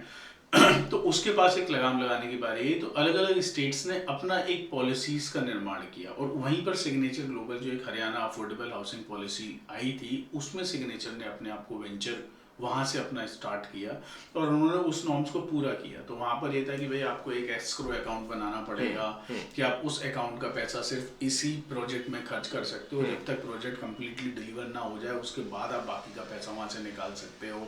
तो उसका एक बाकायदा पॉलिसी थी कि भाई आप सिर्फ कारपेट एरिया पे ही सेल कर सकते हो, आपका कारपेट एरिया के अलावा बालकनी का एरिया कितना है, उसका प्राइसिंग नॉर्मल डेवलपमेंट की प्राइसिंग से कम होगा। तो वो एक सरकार की अच्छी पहल थी और ऐसी काफ़ी स्टेट्स ने वो जिन लोगों ने उसको बेसिक्स को फॉलो किया वो आज भी जीवित है। बिल्कुल। और जिन लोगों ने फॉलो नहीं किया, जिसमें कई सारे नाम है, जैसे मैं आम्रपाली का एक नाम ले सकते हैं, उसमें जेपी एक बहुत बड़ा नाम हुआ करता था, वो आज की तारीख में बैंकरप्ट हो रखा है और एनसीएलटी के अंदर उसकी चल रही हैं चीज़ें। तो इस तरह से कई लोग हैं जिन्होंने फॉलो नहीं किया चीज़ों को, जो अपने सपनों में उड़ रहे थे वो जमीन पे गिरे। देखिए क्या है कि कई बार कुछ चीज़ें ऐसी होती हैं कि शासन प्रशासन से मिल के लोगों को लगता है कि भाई अरे अब तो हमारी अच्छी पकड़ है, तो ठीक है हम खिला पिला के काम करवा लेंगे, अपनी फाइल्स निकलवा लेंगे। बट वो सब चीज़ों का भी एक, देखिए आप आटे में नमक बराबर चीज़ें चल सकती हैं, बट आप सोचें आप आटा ही रिप्लेस करके नमक से रोटी बना लें तो वो पॉसिबल नहीं है। तो फिर क्या हुआ कि आपने उस टाइम तो पैसा फास्ट कमाने के चक्कर में इतना ज़्यादा ओवर कमिटमेंट कर दिए कि जिसको आप खुद ही फुलफिल नहीं कर पा रहे थे। और जहाँ एंड कंज्यूमर मार्केट या एंड कंज्यूमर मार्केट में जैसे ही उतरता है तो फिर कहीं ना कहीं आपको वो प्रॉब्लम्स फेस होने लगती हैं। और जहाँ आदमी ने आज आपको पैसा दिया वो आपके भरोसे पे 1 साल 2 साल 3 साल दे रहा है, बट वो जब जाके साइट पे देखता है तो वहाँ सिर्फ गड्ढा भी नहीं खुदा है। तो फिर वहाँ से थोड़ा सा जो कॉन्फिडेंस था या फेथ था वो डगमगाने स्टार्ट हुआ। क्योंकि इसी तरीके से अगर हम नोएडा और गाजियाबाद मार्केट की बात करें तो वहाँ पे गॉड्स करके एक डेवलपर हैं, उन्होंने भी इसी तरीके से अपनी शुरुआत की और बेसिक्स को फॉलो करते चले गए और आज की तारीख में वो भी एक स्टैब्लिश प्लेयर के तौर पे हैं। तो डेफिनेटली जिन लोगों को अगर रियल एस्टेट बिजनेस में आना है तो वहाँ पे ये सीख इनके लिए बहुत ज़रूरी है कि भाई आपको बेसिक्स तो फॉलो करने ही पड़ेंगे, आप उसको स्किप नहीं कर सकते। देखिए ये किसी भी बिजनेस में भी आपको जाना है तो आपको काम तो करना ही पड़ेगा, डिलीवरी तो आपको देनी ही पड़ेगी। जितने भी आज के मार्केट में जो पुराने डेवलपर्स प्रेजेंट हैं, मैं चाहे ATS की बात करूं या गुलशन होम्स की बात करूं या आपका सिग्नेचर ग्लोबल की बात करूं, M3 ले लीजिए, MR ले लीजिए, पार्सनाथ है, बिल्कुल। तो ये सब वो लोग हैं जिन्होंने सपने भी रखे, प्रॉफिट भी कमाया, एक लॉन्ग टर्म बिजनेस के साथ एसोसिएट किए रहे और लोगों को वैल्यू देते रहे। तो जहां आप लोगों को वैल्यू देंगे लोग आपको वैल्यू मिलेगी और आपको रिटर्न मिलेगा। और ये एक अच्छा प्रॉफिटेबल बिजनेस है real estate. Of course it is capital intensive but it is a profitable business also, बशर्ते आप उसको प्रॉपरली चला रहे हैं या नहीं। आपने सिर्फ सोचा है कि मैं सिर्फ पैसे कमा के भाग जाऊंगा तो फिर वो तो आगे कहाँ जाओगे जी, तो उसका तो कोई प्लान नहीं है, वापस NCLT में आओगे जी। तो ये तो कहानी थी 2012-13 तक किस तरीके से जो डिमांड खत्म होनी हुई। बट उसके बाद हम एक देखते हैं फेज जो 3-4 साल तक चला था, वो था एजिटेशन का फेज, जहाँ पे लोग सड़कों पे थे, हर जगह प्रदर्शन हो रहा था, लोग हाय तौबा मचा रहे थे। जो घर 2005-6 में डिलीवर हुए थे, 7 साल 8 साल, जिनको 3 साल 4 साल में बनना था वो 5-5 साल डिलेड चल रहे थे। लोगों के हार्ड एंड मनी खत्म हो रहे थे, लोग EMI भर रहे थे, साथ साथ किराया भी भर रहे थे। उसकी किराया भरने के लिए फर्दर अपने खर्चे चलाने के लिए एक अलग से लोन लेना पड़ रहा था उनको। तो बड़ी एक गंदा सा सिचुएशन हो गया था वहाँ पे। देखिए वही होता है कि आपने प्लान किया, कोई भी आदमी जब रियल एस्टेट में या कोई भी फैमिली अपना हार्ड एंड मनी लगाती है तो बाकायदा एक फाइनेंशियल प्लान करके लगाती है कि भाई आज मेरी सैलरी X है, मुझे अपना एक certain percentage real estate project में लगाना है। इसकी यदि डिलीवरी मुझे उस टाइम पर कागजों पे मकान बिक जाया करते थे, यानी कि ब्रोशर बन गया और आपने चेक उठाने शुरू कर दिए मार्केट से। लोग इतना ज़्यादा फेथफुल थे कि भाई ये तो बना के दे ही देगा, ट्रस्ट उनको लगता था कि इतना ट्रस्ट तो है कि ज़मीन कहाँ लेके जाएगा भाई। तो बट जब डेवलप ही नहीं करोगे तो आप क्या कर लोगे। आप किसी का ज़मीन ग्राउंड फ्लोर वाला तो ज़मीन के लिए लड़ भी ले, हालांकि ज़मीन उस पर भी नहीं, ग्रुप हाउसिंग में आपको लीज मिलती है तो ज़मीन तो उनकी भी नहीं है। तो ये एक समस्या बाद में फेस करने लगे लोग कि भाई मैं जाऊँ तो जाऊँ कहाँ। और फिर वो एजिटेशन बन के निकला, लोगों ने बिल्डर्स के आगे धरने दिए, प्रदर्शन किए और वो सारी समस्याएं। फिर वो एक 3-4 साल का फेज ऐसा रहा कि जिससे सरकार को भी काफ़ी कुछ सीखने को मिला कि आपको जो पॉलिसीज़ हैं वो बनानी पड़ेंगी, आपको एक फ्रेमवर्क यहाँ के लिए लाना पड़ेगा। और आई थिंक जिसका रिजल्ट था बाद में RERA, real estate regulatory act, जो आई थिंक 2015 में आया था। हाँ, आई थिंक 2015-2016 के आसपास आ गया था। और उस टाइम पर फिर रेरा कि आपका प्रोजेक्ट रेरा से अप्रूव होना चाहिए, आपके नक्शे रेरा से पास होने चाहिए। यदि कल को कोई बिल्ड आपको एज ए कंज्यूमर आपको कंप्लेंट करनी है तो आप रेरा डिपार्टमेंट में जा सकते हैं। रेरा बाकायदा उस बिल्डर से तो आपको कंसाइल करा के देगा, यदि आपका कुछ नुकसान है तो उसकी भरपाई भी करेगा। उसका एक अपना एक पूरा ऑरा अपने आप क्रिएट हुआ और आई थिंक वो एक अच्छा एटलीस्ट हाँ, जनता को भी एक विंडो मिला जहाँ पे अपनी ग्रीवांसेस रख सकते थे, और जो डेवलपर्स हैं उनको भी एक डर लगा कि भाई मेरे ऊपर भी कोई बैठा है, मुझे भी डिलीवर करना है। पहले डेवलपर्स के साथ आसान क्या था कि भाई वो तो इंडिविजुअली आपको पानी के कनेक्शन के लिए चाहिए तो आपने बाकायदा डिपार्टमेंट के पास गए, आपको बिजली का चाहिए आप डिपार्टमेंट के पास गए, कंस्ट्रक्शन के लिए कोई और डिपार्टमेंट है, फायर के लिए कोई और डिपार्टमेंट है। जब एंड कंज्यूमर किसी के पास जा रहा है तो उन्होंने कहा बिल्डर तो सुन नहीं रहा, कहाँ जाऊँ, फायर वाले के पास जाऊँ तो क्या भाई मुझे क्या मतलब, मेरा तो सिर्फ फायर देने का काम था। तो अलग अलग डिपार्टमेंट, उनकी सुनवाई कहीं नहीं हो रही। तो वो रेरा एक वन स्टॉप सॉल्यूशन बन के आया जहाँ पर आप अपना कोई भी ग्रीवेंसेस है किसी भी बिल्डर के अगेंस्ट है तो आप उसको रख सकते हो और वहाँ आपकी बाकायदा सुनवाई। और आई थिंक जो ट्रस्ट खो गया था मार्केट, वो उस ट्रस्ट को भी कुछ हद तक वापस लाने में रेरा का बड़ा हाथ था कि भाई अगर कोई प्रोजेक्ट रेरा रजिस्टर्ड है तो एक भरोसा था कि हाँ भाई जिन्होंने लिख के दिया है वो डिलीवर करेंगे। जो टाइमलाइन इन्होंने दिया है उसमें हो सकता है 6 महीने का डिले हो जाए बट डिलीवर कर देंगे। वो रेरा की उसमें भी था कि आपको प्रोजेक्ट रेरा रजिस्ट्रेशन या उसकी डेट के बाद से ही आप प्रोजेक्ट सेल कर सकते हो। ऐसा नहीं है कि आपने ब्रोशर सिर्फ छपवाया, लैंड है ही नहीं और आपने जाके बेच दिया। पहले तो ऐसे ऐसे केस हुए हैं कि दिल्ली एनसीआर के बाहर यहाँ से सेल्स टीम निकली है, सिर्फ ब्रोशर और स्टैंडी लेके वहाँ बड़ा सा एक इवेंट किया, लोगों से 10-10, 20-20% उठाया। उन्होंने आके दिल्ली में देखा तो ना लैंड है, ना ब्रोकर है, ना बिल्डर है, ना कुछ है। तो उनके आपके हाँ, पैसे इस तरीके के बहुत फ्रॉड हुए। तो आप हालांकि उस पर लगाम कसी है सरकार ने और आई एम श्योर आगे जाके आप उसका इम्प्लीमेंटेशन भी जो जिस तरीके से हो रहा है वो ऑफ कोर्स एंड कंज्यूमर के बेनिफिट के लिए। तो रियल एस्टेट की जो जर्नी है उसमें रेरा एक बहुत बड़ा माइलस्टोन था जिसको जो हम आज की जो रियल एस्टेट देख रहे हैं, इंडस्ट्री को देख रहे हैं, हालांकि इंडस्ट्री स्टेटस तो नहीं मिला, ये भी एक मेरा एक सवाल है आपसे, मैं बाद में पूछूंगा। सेक्टर को हाँ, इस सेक्टर को जो देख रहे हैं तो उसका जो अभी आज जो है वो रेरा का बहुत बड़ा उसमें हाथ है। तो आपने 2015 तक की कहानी सुनाई कि किस तरीके से रेरा एक माइलस्टोन ऊपर के आया, बट उसके बाद भी मुझे लगता है लगातार 2 ऐसे और स्टेप्स हुए थे गवर्नमेंट की तरफ से जिसने रियल एस्टेट को सुधारने में ही, मैं इनफैक्ट कमर तोड़ने की बात मैं नहीं कहूँगा, बट हाँ रियल एस्टेट को एक शेप देने में काफ़ी अहम भूमिका निभाई थी। देखिए इसके 2 पहलू हैं। तो जहाँ पर क्या हुआ कि जैसे रेरा आया तो अचानक से कि जो 100 बिल्डर एक साथ मार्केट में आ रहे थे, किसी मार्केट में कूद रहे थे, उनमें से अचानक से वो नंबर घट के 40, 50, 60 रह गया, ऑलमोस्ट आधा। फिर ये हुआ कि साहब फिर आए डिमोनेटाइजेशन, और रियल एस्टेट में हमेशा से ब्लैक मनी आप कह लीजिए या जो कैश की डीलिंग्स है वो इन्वॉल्व रही है। मैं ऐसा नहीं है कि ये सिर्फ उन्हीं 50% बिल्डर्स के साथ रही है जो डिलीवर नहीं कर रहे थे, बट ये उन 50% के साथ भी है जो डिलीवर करते हैं टाइम पर। बट ऑफ कोर्स ये एक अच्छा सिग्निफिकेंट पोर्शन बनाते हैं पैसे का। तो जहाँ डिमोनेटाइजेशन आया तो उन 50 में से भी फिर 50 ही रह गए, 50% ही रह गए। तो मतलब 100 में से 20-25 डेवलपर ही मार्केट में रह गए। और डिमोनेटाइजेशन के बाद जहाँ पर जीएसटी आया तो फिर उनमें से और ज़्यादा वो एक इम्प्लीमेंटेशन, उसका कॉस्ट इम्प्लीकेशन लोगों पर भी पड़ा, डेवलपर्स पे भी पड़ा, मकान की कीमतों पर भी पड़ा, हर मटेरियल की कीमत पे पड़ा।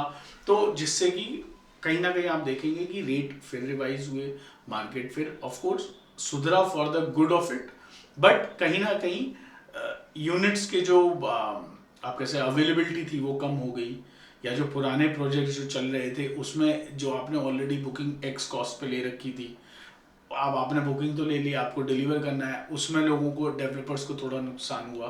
तो ये सारी चीज़ें, वो 3-4 चीज़ें जो एक साथ हुई, बट ऑफ कोर्स मुझे लगता है these were for the good of the end. और इनफैक्ट इसीलिए अगर हम देखें तो रफली 2012 से लेकर 2018-19 तक जी रियल एस्टेट प्राइसेस में बहुत ज़्यादा उछाल देखने को नहीं मिलता। अगर मैं ओवरऑल ब्लैंकेट की बात करूँ तो एक का दुक्का पॉकेट्स ऐसे होंगे जहाँ पे शायद प्राइसेस बढ़ी होंगी, बट मोटा मोटा एक आपका 2 से 3 या 5% के भीतर ही प्राइसेस का एस्केलेशन हुआ था, जो कि 2012 से 2018-19 एक बड़ा फेज होता है। लेकिन अगेन उसके बाद जब जैसे जीएसटी और इन सब का इम्पैक्ट धीरे धीरे सेटल हुआ मार्केट में, तो वापस से जो आपने बिल्कुल ठीक कहा, जो फिल्टर लग गया मार्केट के ऊपर। पहला फिल्टर था रेरा, उसके बाद फिल्टर लगा आपका डिमोनेटाइजेशन, उसके बाद जो फिल्टर लगा आपका जीएसटी के तौर पे।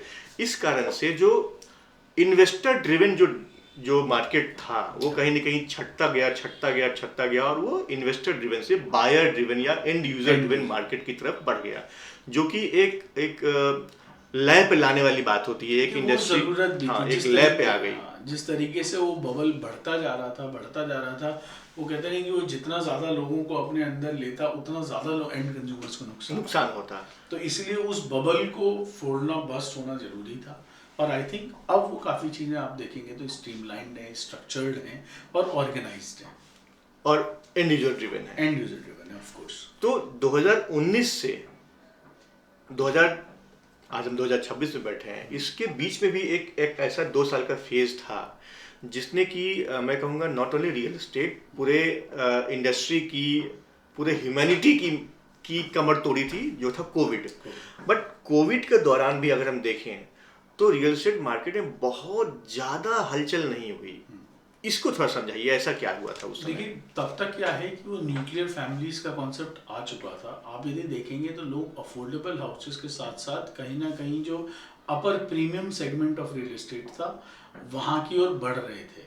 और बहुत ज़्यादा इसलिए प्राइसेस में डिक्राइज नहीं था क्योंकि लोगों को अपने घर की एक अहमियत समझ में आने लगी थी कि भाई कोविड में आपके पास एक छत आपको कम से कम चाहिए। यदि आप 6-8 महीने आप घर से बाहर नहीं निकल पा रहे हैं तो आपको एक घर में एक पर्टिकुलर स्पेस हो, आपकी सोसाइटी में इतनी एमिनिटीज़ हो कि आपको घर में ही सारी चीज़ें अवेलेबल हो जाएं, आप सोसाइटी से ही ग्रॉसरी भी ले सकें, अपना डेली नीड्स की चीज़ों को भी परचेज कर सकें। तो उन चीज़ों से जो ओवरऑल आप कह सकते हैं कि जो डिक्लाइन था वो उसका इतना इम्पैक्ट या कोविड का जो इम्पैक्ट था वो रियल एस्टेट मार्केट पे नहीं पड़ा। बट वहीं पर प्रॉपर्टी प्राइसेस भी इंक्रीज नहीं हुए।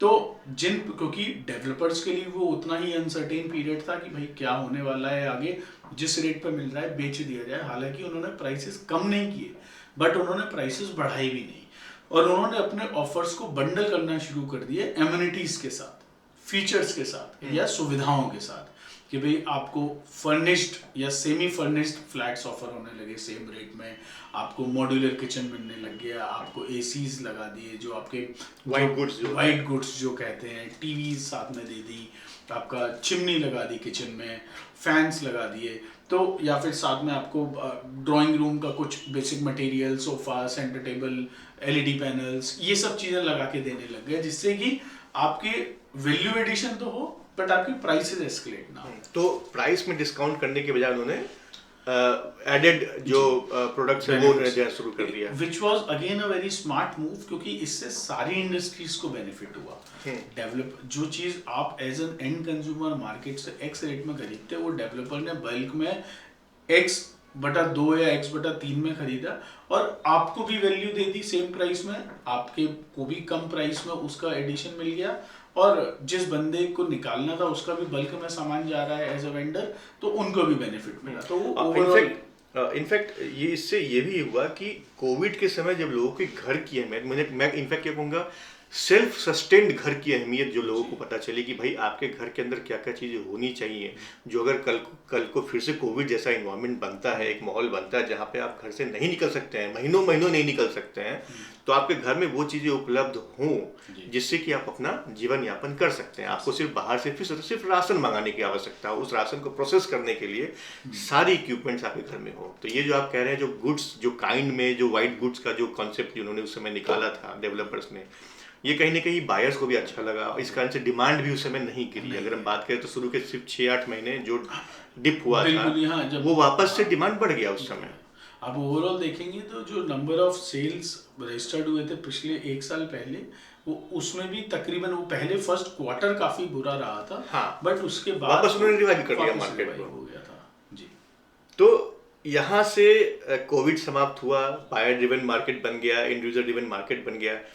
मतलब कहानी कहाँ से शुरू होती है कि भाई आपके जो पार्टीशन के समय जो डिमांड बढ़ा था, तो उस समय वो डिमांड का प्रेशर, उस डिमांड को फुलफिल करने का प्रेशर था गवर्नमेंट के ऊपर। फिर चीज़ें निकल के आती है जहाँ पे उनको लगा कि भाई नए नए मार्केट्स बनाओ। फिर हम देखते हैं कि किस तरीके से मार्केट बना, तो एक अपॉर्चुनिटी डेवलपर्स को ये देखी कि भाई जो गवर्नमेंट मार्केट बना रही है, हमें भी एक मार्केट पुश करने की ज़रूरत है, तो उन्होंने भी अपने इंडिविजुअल लेवल पे मार्केट पुश की। फिर ग्लोबलाइजेशन आया जहाँ पे बाहर से पैसे आने लगे। तो हम ये देखते हैं कि एक सिलसिलेवार तरीके से चीज़ें सेट होती दिख रही हैं, ब्रिक बाय ब्रिक दीवार बन रही है रियल एस्टेट की। और वहाँ से फिर लोगों के डिस्पोजेबल इनकम बढ़ने लग गए, तो यूनिट जो आपके जो न्यूक्लियर फैमिलीज होती है वो उनकी संख्या बढ़ी, तो हाउसिंग डिमांड भी बढ़ना चालू हुआ, तो चीज़ें सेट होती चली गई। बट हाँ, बहुत ज़्यादा जब तूफान रहता है तो कहीं ना कहीं बांध बनाने की जरूरत पड़ती है, तो कुछ बांध वाले इंसिडेंसेस भी आए। 2008 का जो लेमन ब्रदर का जो इंसिडेंस था, या 2015 में जो रेरा आया, या उसके पहले जो 2-3 साल एजिटेशन चले। तो मुझे लगता है कि रियल एस्टेट को बहुत ही अच्छे तरीके से, एक अगर हम बर्ड्स आई व्यू लें, तो एक तराशने वाले बड़े अच्छे तरीके से तराशते हुए आज जो हम जिस जगह पर बैठे हुए हैं, वो शेप मिल के आया है रियल एस्टेट को। जो आपने बीच में बात कही थी कि अभी भी इंडस्ट्री का ओहदा नहीं मिला है तो क्या होता है कि जब जब ये सेक्टर इतना वेल परफॉर्मिंग सेक्टर बन जाता है कि सरकार इसको एक इंडस्ट्री का ओहदा देने वाली बात होती है, वो तुरंत कुछ ना कुछ एक ऐसा पेज फंस जाते हैं उनके, अरे अभी रुको अभी समय नहीं आया है, थोड़ा और दिन इसको मैच्योर होने दो। तो आई थिंक अब we are in such a mature phase कि काफ़ी टाइम से डेवलपर्स डिमांड कर रहे हैं इसको एक इंडस्ट्री स्टेटस दिया जाए, ताकि उनके लिए loans, business loans, project loans लेना थोड़ा सा आसान हो, कम रेट पर हो। और गवर्नमेंट भी अब इसको I think as an industry status देगी, क्योंकि जिस तरीके की भागीदारी रियल एस्टेट या रियल एस्टेट की जो एलाइड इंडस्ट्रीज़ पूरे जीडीपी में दे रही हैं, आपकी इकोनॉमी को जितना बूस्ट कर रही हैं, तो I think now government is more than serious to provide that industry status. बहरहाल जब तक नहीं है तब तक हम रियल एस्टेट सेक्टर ही बोल लेंगे। एक और इंसिडेंस या टर्म कह लीजिए जो मैं आपसे समझना चाहूँगा, उसका खेल subvention scheme. I am sure हमारे जितने भी दर्शक इस टर्म से वाकिफ होंगे।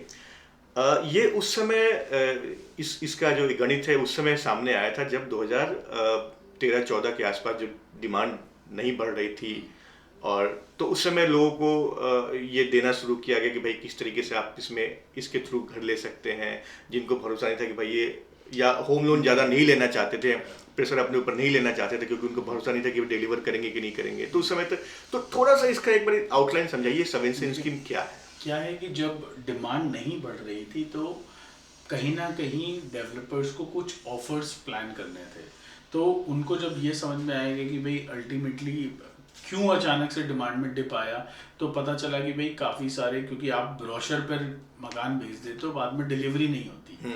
तो उन्होंने कहा लोगों के अंदर से इस डर को निकालने की हम क्या कर सकते हैं कि ठीक है साहब, आप हमको सिर्फ 20% पैसा अभी दो या 10% पैसा अभी दो, आप बाकी का 90% मेरे को पोजेशन पे देना, जिस दिन मैं आपको आपका घर या उसकी चाबी आपको हैंड ओवर कर दूंगा। लोगों को ये थोड़ा सा समझ में आया कि हाँ यार, मेरा जो मनी एट रिस्क है it is only 10% of my total investment cost. तो वहाँ पर अगेन एक डिमांड वापस पुश हो गई मार्केट में, और इस तरीके से सबवेंशन स्कीम का उदय हुआ।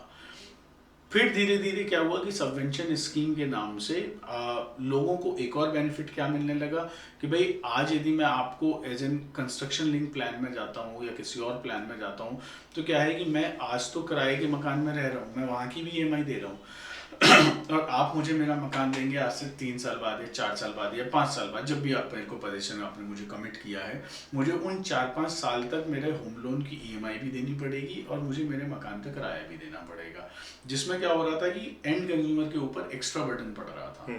तो अब आपने आज 10% बुकिंग पे ले लिया, वो मैंने अपनी जेब से दे दिया, फिर आपने 10% 45 दिन के बाद ले लिया, वो मैंने अपनी जेब से दे दिया, अब आपने कहा साहब अब लोन करा लो। अब वो लोन कराने के लिए मैं गया, फिर आपने 3 महीने बाद फर्स्ट लैब डल गया, लाओ 10%, तो अब मैं देता रहूँगा।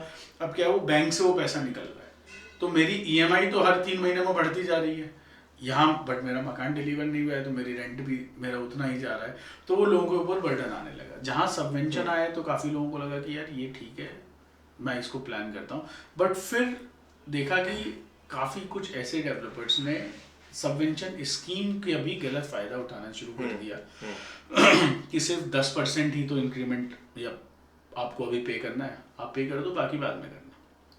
वो 10% के लिए भी तो काम तो हो। आपने 10% यदि 1000 लोगों से उठा लिया, आपके पास तो ठीक ठाक एक अमाउंट आ गया, आपने उस पैसे को कहीं और इन्वेस्ट कर दिया, आपने वहाँ काम शुरू कर दिया, आपने वहाँ के नाम से और 1000 लोगों से पैसा उठा लिया, तो वो कहीं ना कहीं वो मनी लॉन्ड्रिंग वाला गेम स्टार्ट हो गया। और उस कारण से क्या हुआ कि फिर at the end supreme court को बीच में आना पड़ा और उन्होंने एक वर्डिक्ट दिया कि भैया इट्स एन पॉन्जी स्कीम। आप क्योंकि इसमें इसका इसका एक एंगल और है जहाँ तक मेरी समझ है कि इसमें ये एक ट्राई पार्टी डील थी जहाँ पे जो बायर है, जो बिल्डर है, और इसमें बैंक का भी एक रोल है कि भाई जो बिल्डर है वो बायर को ऑफर कर रहा है कि आप मुझे सिर्फ 10% दो, ठीक है, और बाकी आप पोजीशन के समय देना।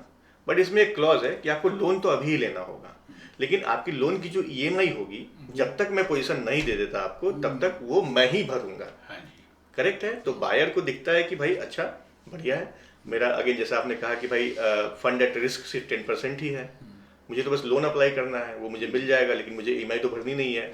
तो जो डुअल बर्डन जो था किराए का भी और ईएमआई का वो नहीं पड़ेगा, मुझे बस सिर्फ किराया देना है, तो मेरा सिर्फ 10% रिस्क पे है और मुझे सिर्फ किराया देना है, तो मेरे लिए तो बढ़िया स्कीम है।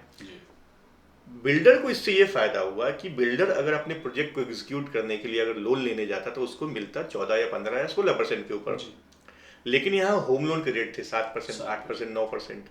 तो उसने अपने नाम से ना लोन लेने के बदले उसने एंड कंज्यूमर जो 10,000 एंड कंज्यूमर है या 5,000 एंड कंज्यूमर है या 2,000 एंड कंज्यूमर के नाम से उस अमाउंट को डिस्ट्रीब्यूट करा दिया, और जो ईएमआई वो या इंटरेस्ट वो 15% का देता उसने वो 8 या 9% का दिया। एक और क्लॉज था, कहाँ क्यों ये पॉन्जी स्कीम साबित हुई, क्योंकि उस टाइम पर बैंक्स के ईएमआई थे कम और बिल्डर सिर्फ ब्याज दे रहे थे, हाँ, ईएमआई नहीं दे रहे थे। हाँ, तो ईएमआई क्या होता है, ईएमआई जिसे हम प्री ईएमआई कहते हैं। जी, तो EMI is a portion which includes your principal plus interest on that principal.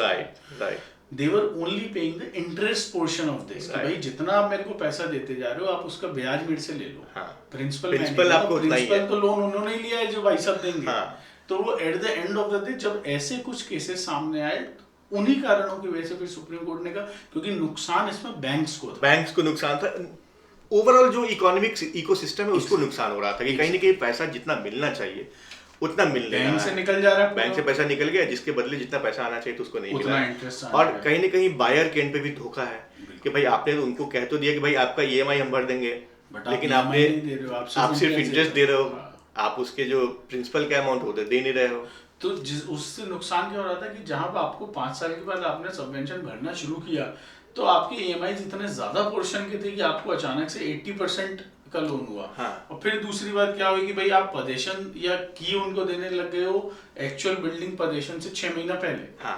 या जिसको आप कह सकते हैं कि ऑक्यूपेशन सर्टिफिकेट। हाँ। तो वो उन्होंने पदेशन की जगह ऑक्यूपेशन सर्टिफिकेट पे आपको वो कर दिया कि भाई हाँ, 90% ओसी पे। हाँ, ओसी पर मैं आपसे बाकी का पैसा लूंगा। अब आपका ऑक्यूपेशन सर्टिफिकेट आ गया, उसके बावजूद क्या लिफ्ट चालू हुई है? हाँ, क्या वो घर रहने लायक है? नहीं है बिल्कुल। क्या वो फायर नॉर्म बन गए हैं? क्या आसपास की सेक्टर रोड डेवलप हो गई हैं?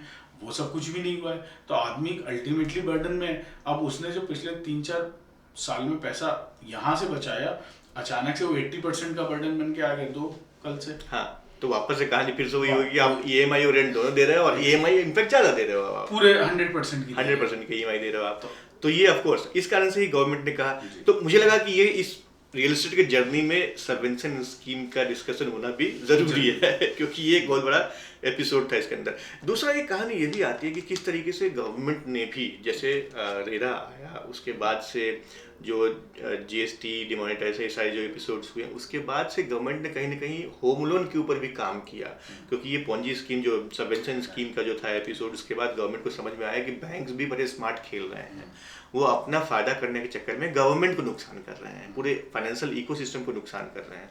तो उन्होंने फिर होम लोन को रेगुलराइज करने की एक कवायद शुरू की, और कहीं ना कहीं आज की तारीख में होम लोन भी चीजें कहीं ना कहीं बायर्स बेनिफिटिंग फॉर्मेट में अभी होम लोन बन के आ गया है। तो गवर्नमेंट का भी इसमें आप देखते हैं इस पूरे ओवरऑल जर्नी के अंदर गवर्नमेंट, क्योंकि जहाँ टिल लिबरलाइजेशन ये गवर्नमेंट ओरिएंटेड था, लाइसेंस राज के सिस्टम के तहत था, उसके बाद से प्राइवेट बिल्डर्स और बायर्स के बीच की कहानी हो गई। बट गवर्नमेंट 2015 तक इसके बीच में कहीं दिखती नहीं थी। 2015 के बाद अचानक गवर्नमेंट जागती है कि हाँ भाई मेरा भी इसके अंदर रोल है, मुझे भी आना पड़ेगा।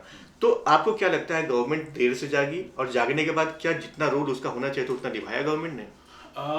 देखिए क्या है कि मतलब गवर्नमेंट ने भी एक्सपेक्ट नहीं किया था कि लिबरलाइजेशन के बाद ये मार्केट इतनी जल्दी से बूम कर जाएगा। कई बार क्या होता है कि बहुत सारी चीज़ें एट गवर्नमेंट लेवल वो विजन में नहीं थी। जैसे एक पॉलिसी फ्रेमवर्क आपको रियल एस्टेट के लिए होना चाहिए, आपने मास्टर प्लान बनाया। जैसे अब जो आप मास्टर प्लान देखते हैं तो वो देखते हैं कि भाई 20 साल पहले का मास्टर प्लान आज बन जाता है, या 30 साल बाद का मास्टर प्लान आज बन जाता है। तो अब उस टाइम पर वो प्लानिंग नहीं थी, उस टाइम पर वो इंस्टेंटली प्लान हो रहा था। गवर्नमेंट भी इवॉल्व हो रही थी, वो भी लिबरलाइजेशन जैसी नई नई चीज़ों को, ग्लोबलाइजेशन को एग्जैक्टली एब्जॉर्ब कर रहे थे। और उस पॉलिसी फ्रेमवर्क के बीच के गैप्स को कहीं ना कहीं कुछ नोटोरियस कम्युनिटी ऐसी होती है जो उसका फ़ायदा उठा लेती है, जिसका नुकसान हुआ। जब तक गवर्नमेंट उसको संभलती, जब तक वो रेरा एक्ट को लेके आती, तब तक 4 और नए केस आ गए, फिर उसमें कुछ इम्प्लीमेंटेशन हुआ, तो फिर कुछ नए एडेंडम जोड़े गए, फिर कुछ 4 नए केस उभर के आए, फिर कुछ इम्प्लीमेंटेशन हुआ, फिर कुछ एडेंडम जोड़े गए। तो ये चीज़ें तो देखिए ओवरऑल चलती रहती हैं। बट हाँ, अब आप एक फिर भी इस तरीके के फ्रेमवर्क में हैं। आई थिंक सरकार अब अल्टीमेटली एंड कंज्यूमर के प्रति बहुत सजग है, बहुत ज़्यादा स्ट्रिक्ट है कि कोई भी यदि फ्रॉडुलेंट केस है तो आपको तुरंत रिपोर्ट करना है। और मेरे ख्याल से अब रियल एस्टेट से ज़्यादा फ्रॉडुलेंट केसेस तो अब आपको साइबर में आने लग गए। तो वो एक अलग नया, वो कहते हैं ना कि आप हर रोज एक नई जंग है, एक चैलेंज हर दिन निकलता रहता है। तो अभी सरकार का पूरा फ्रेमवर्क है कि भाई साइबर सिक्योरिटी को कैसे प्लान किया जाए। कि ठीक है, इनके लिए तो हमने काफ़ी स्ट्रक्चर बना दिया, अब साइबर सिक्योरिटी के लिए क्या करना है। तो अब ऑटोमेशन होम की आ गई है बात, आपके डिजिटल लॉक्स लगने लगे हैं घरों में। अब डिजिटल लॉक्स का भी एक है कि भाई यदि बाई चांस वो हैक हो गए तो क्या पूरी सोसाइटी के ताले एक साथ टूट सकते। तो क्या इन सब चीज़ों के लेकर अभी आई थिंक ये एक ऐसा मैं कहूँगा दौर है जिसको अभी समझना है। जो जैसे जैसे समय निकलेगा वैसे वैसे लोगों को समझ में आएगा, उसी तरीके से पॉलिसीज बन के आएंगी सामने, क्योंकि आपको पॉलिसी बनना 1-2 दिन का काम तो होता नहीं। का काम नहीं, आपको काफ़ी सारे क्लियरेंसेस चाहिए, काफ़ी सारे डिपार्टमेंट्स को एक साथ लाना पड़ता है, फिर वो बाकायदा पॉलिसी बन के उसमें जाती है, पार्लियामेंट में जाएगी, वहाँ से अप्रूव होगी, तब वो लॉ बनेगा। नहीं तो इसमें मोटा मोटा हमें काफ़ी अच्छा समझाया आपने जो जर्नी थी रियल एस्टेट की। बट हम वापस अपने इनिशियल सवाल पे आते हैं कि जिस तरीके से आज का गुड़गांव है, या जिस तरीके से आज का नोएडा है, या जिस तरीके से आज का गाज़ियाबाद है या फरीदाबाद है या नवी मुंबई है, या फिर जो आपके थाने है या बेंगलोर है या वाइजैक जिस तरीके से डेवलप हो रहा है, pan India real estate market की अगर हम बात करें तो चीज़ें सुधरी हैं, चीज़ें स्ट्रक्चर में आई हैं, जिस कारण से फॉरेन इन्वेस्टर्स का भी यहाँ पे बड़ा एक रोल बनता दिख रहा है।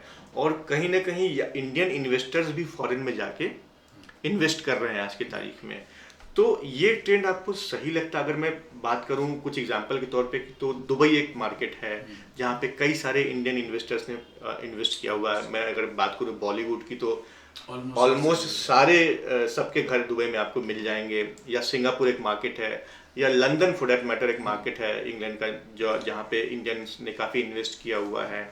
तो एक तरफ हम देखते हैं कि इंडियन रियल एस्टेट का जो सेक्टर है वो स्ट्रीमलाइन हो रहा है, बट बजाय इन्वेस्टिंग इन इंडिया लोग बाहर इन्वेस्ट कर रहे हैं। तो ये ट्रेंड कैसा चल रहा है? और खासकर आज के तारीख में जब दुबई में ये हाल हो रखा है कि भाई आपने जो पिछले 30 साल 40 साल में जो एक इकोसिस्टम डेवलप किया, एक ग्लोबल सिटी का जो अपने स्टेटस बनाया, एक फाइनेंशियल हब का जो स्टेटस बनाया, एक बम गिरा और शहर आपका खाली आज की तारीख में वीरान शहर पड़ा हुआ, आपकी सारी इकोसिस्टम सारी चीज़ें धरी की धरी रह गई।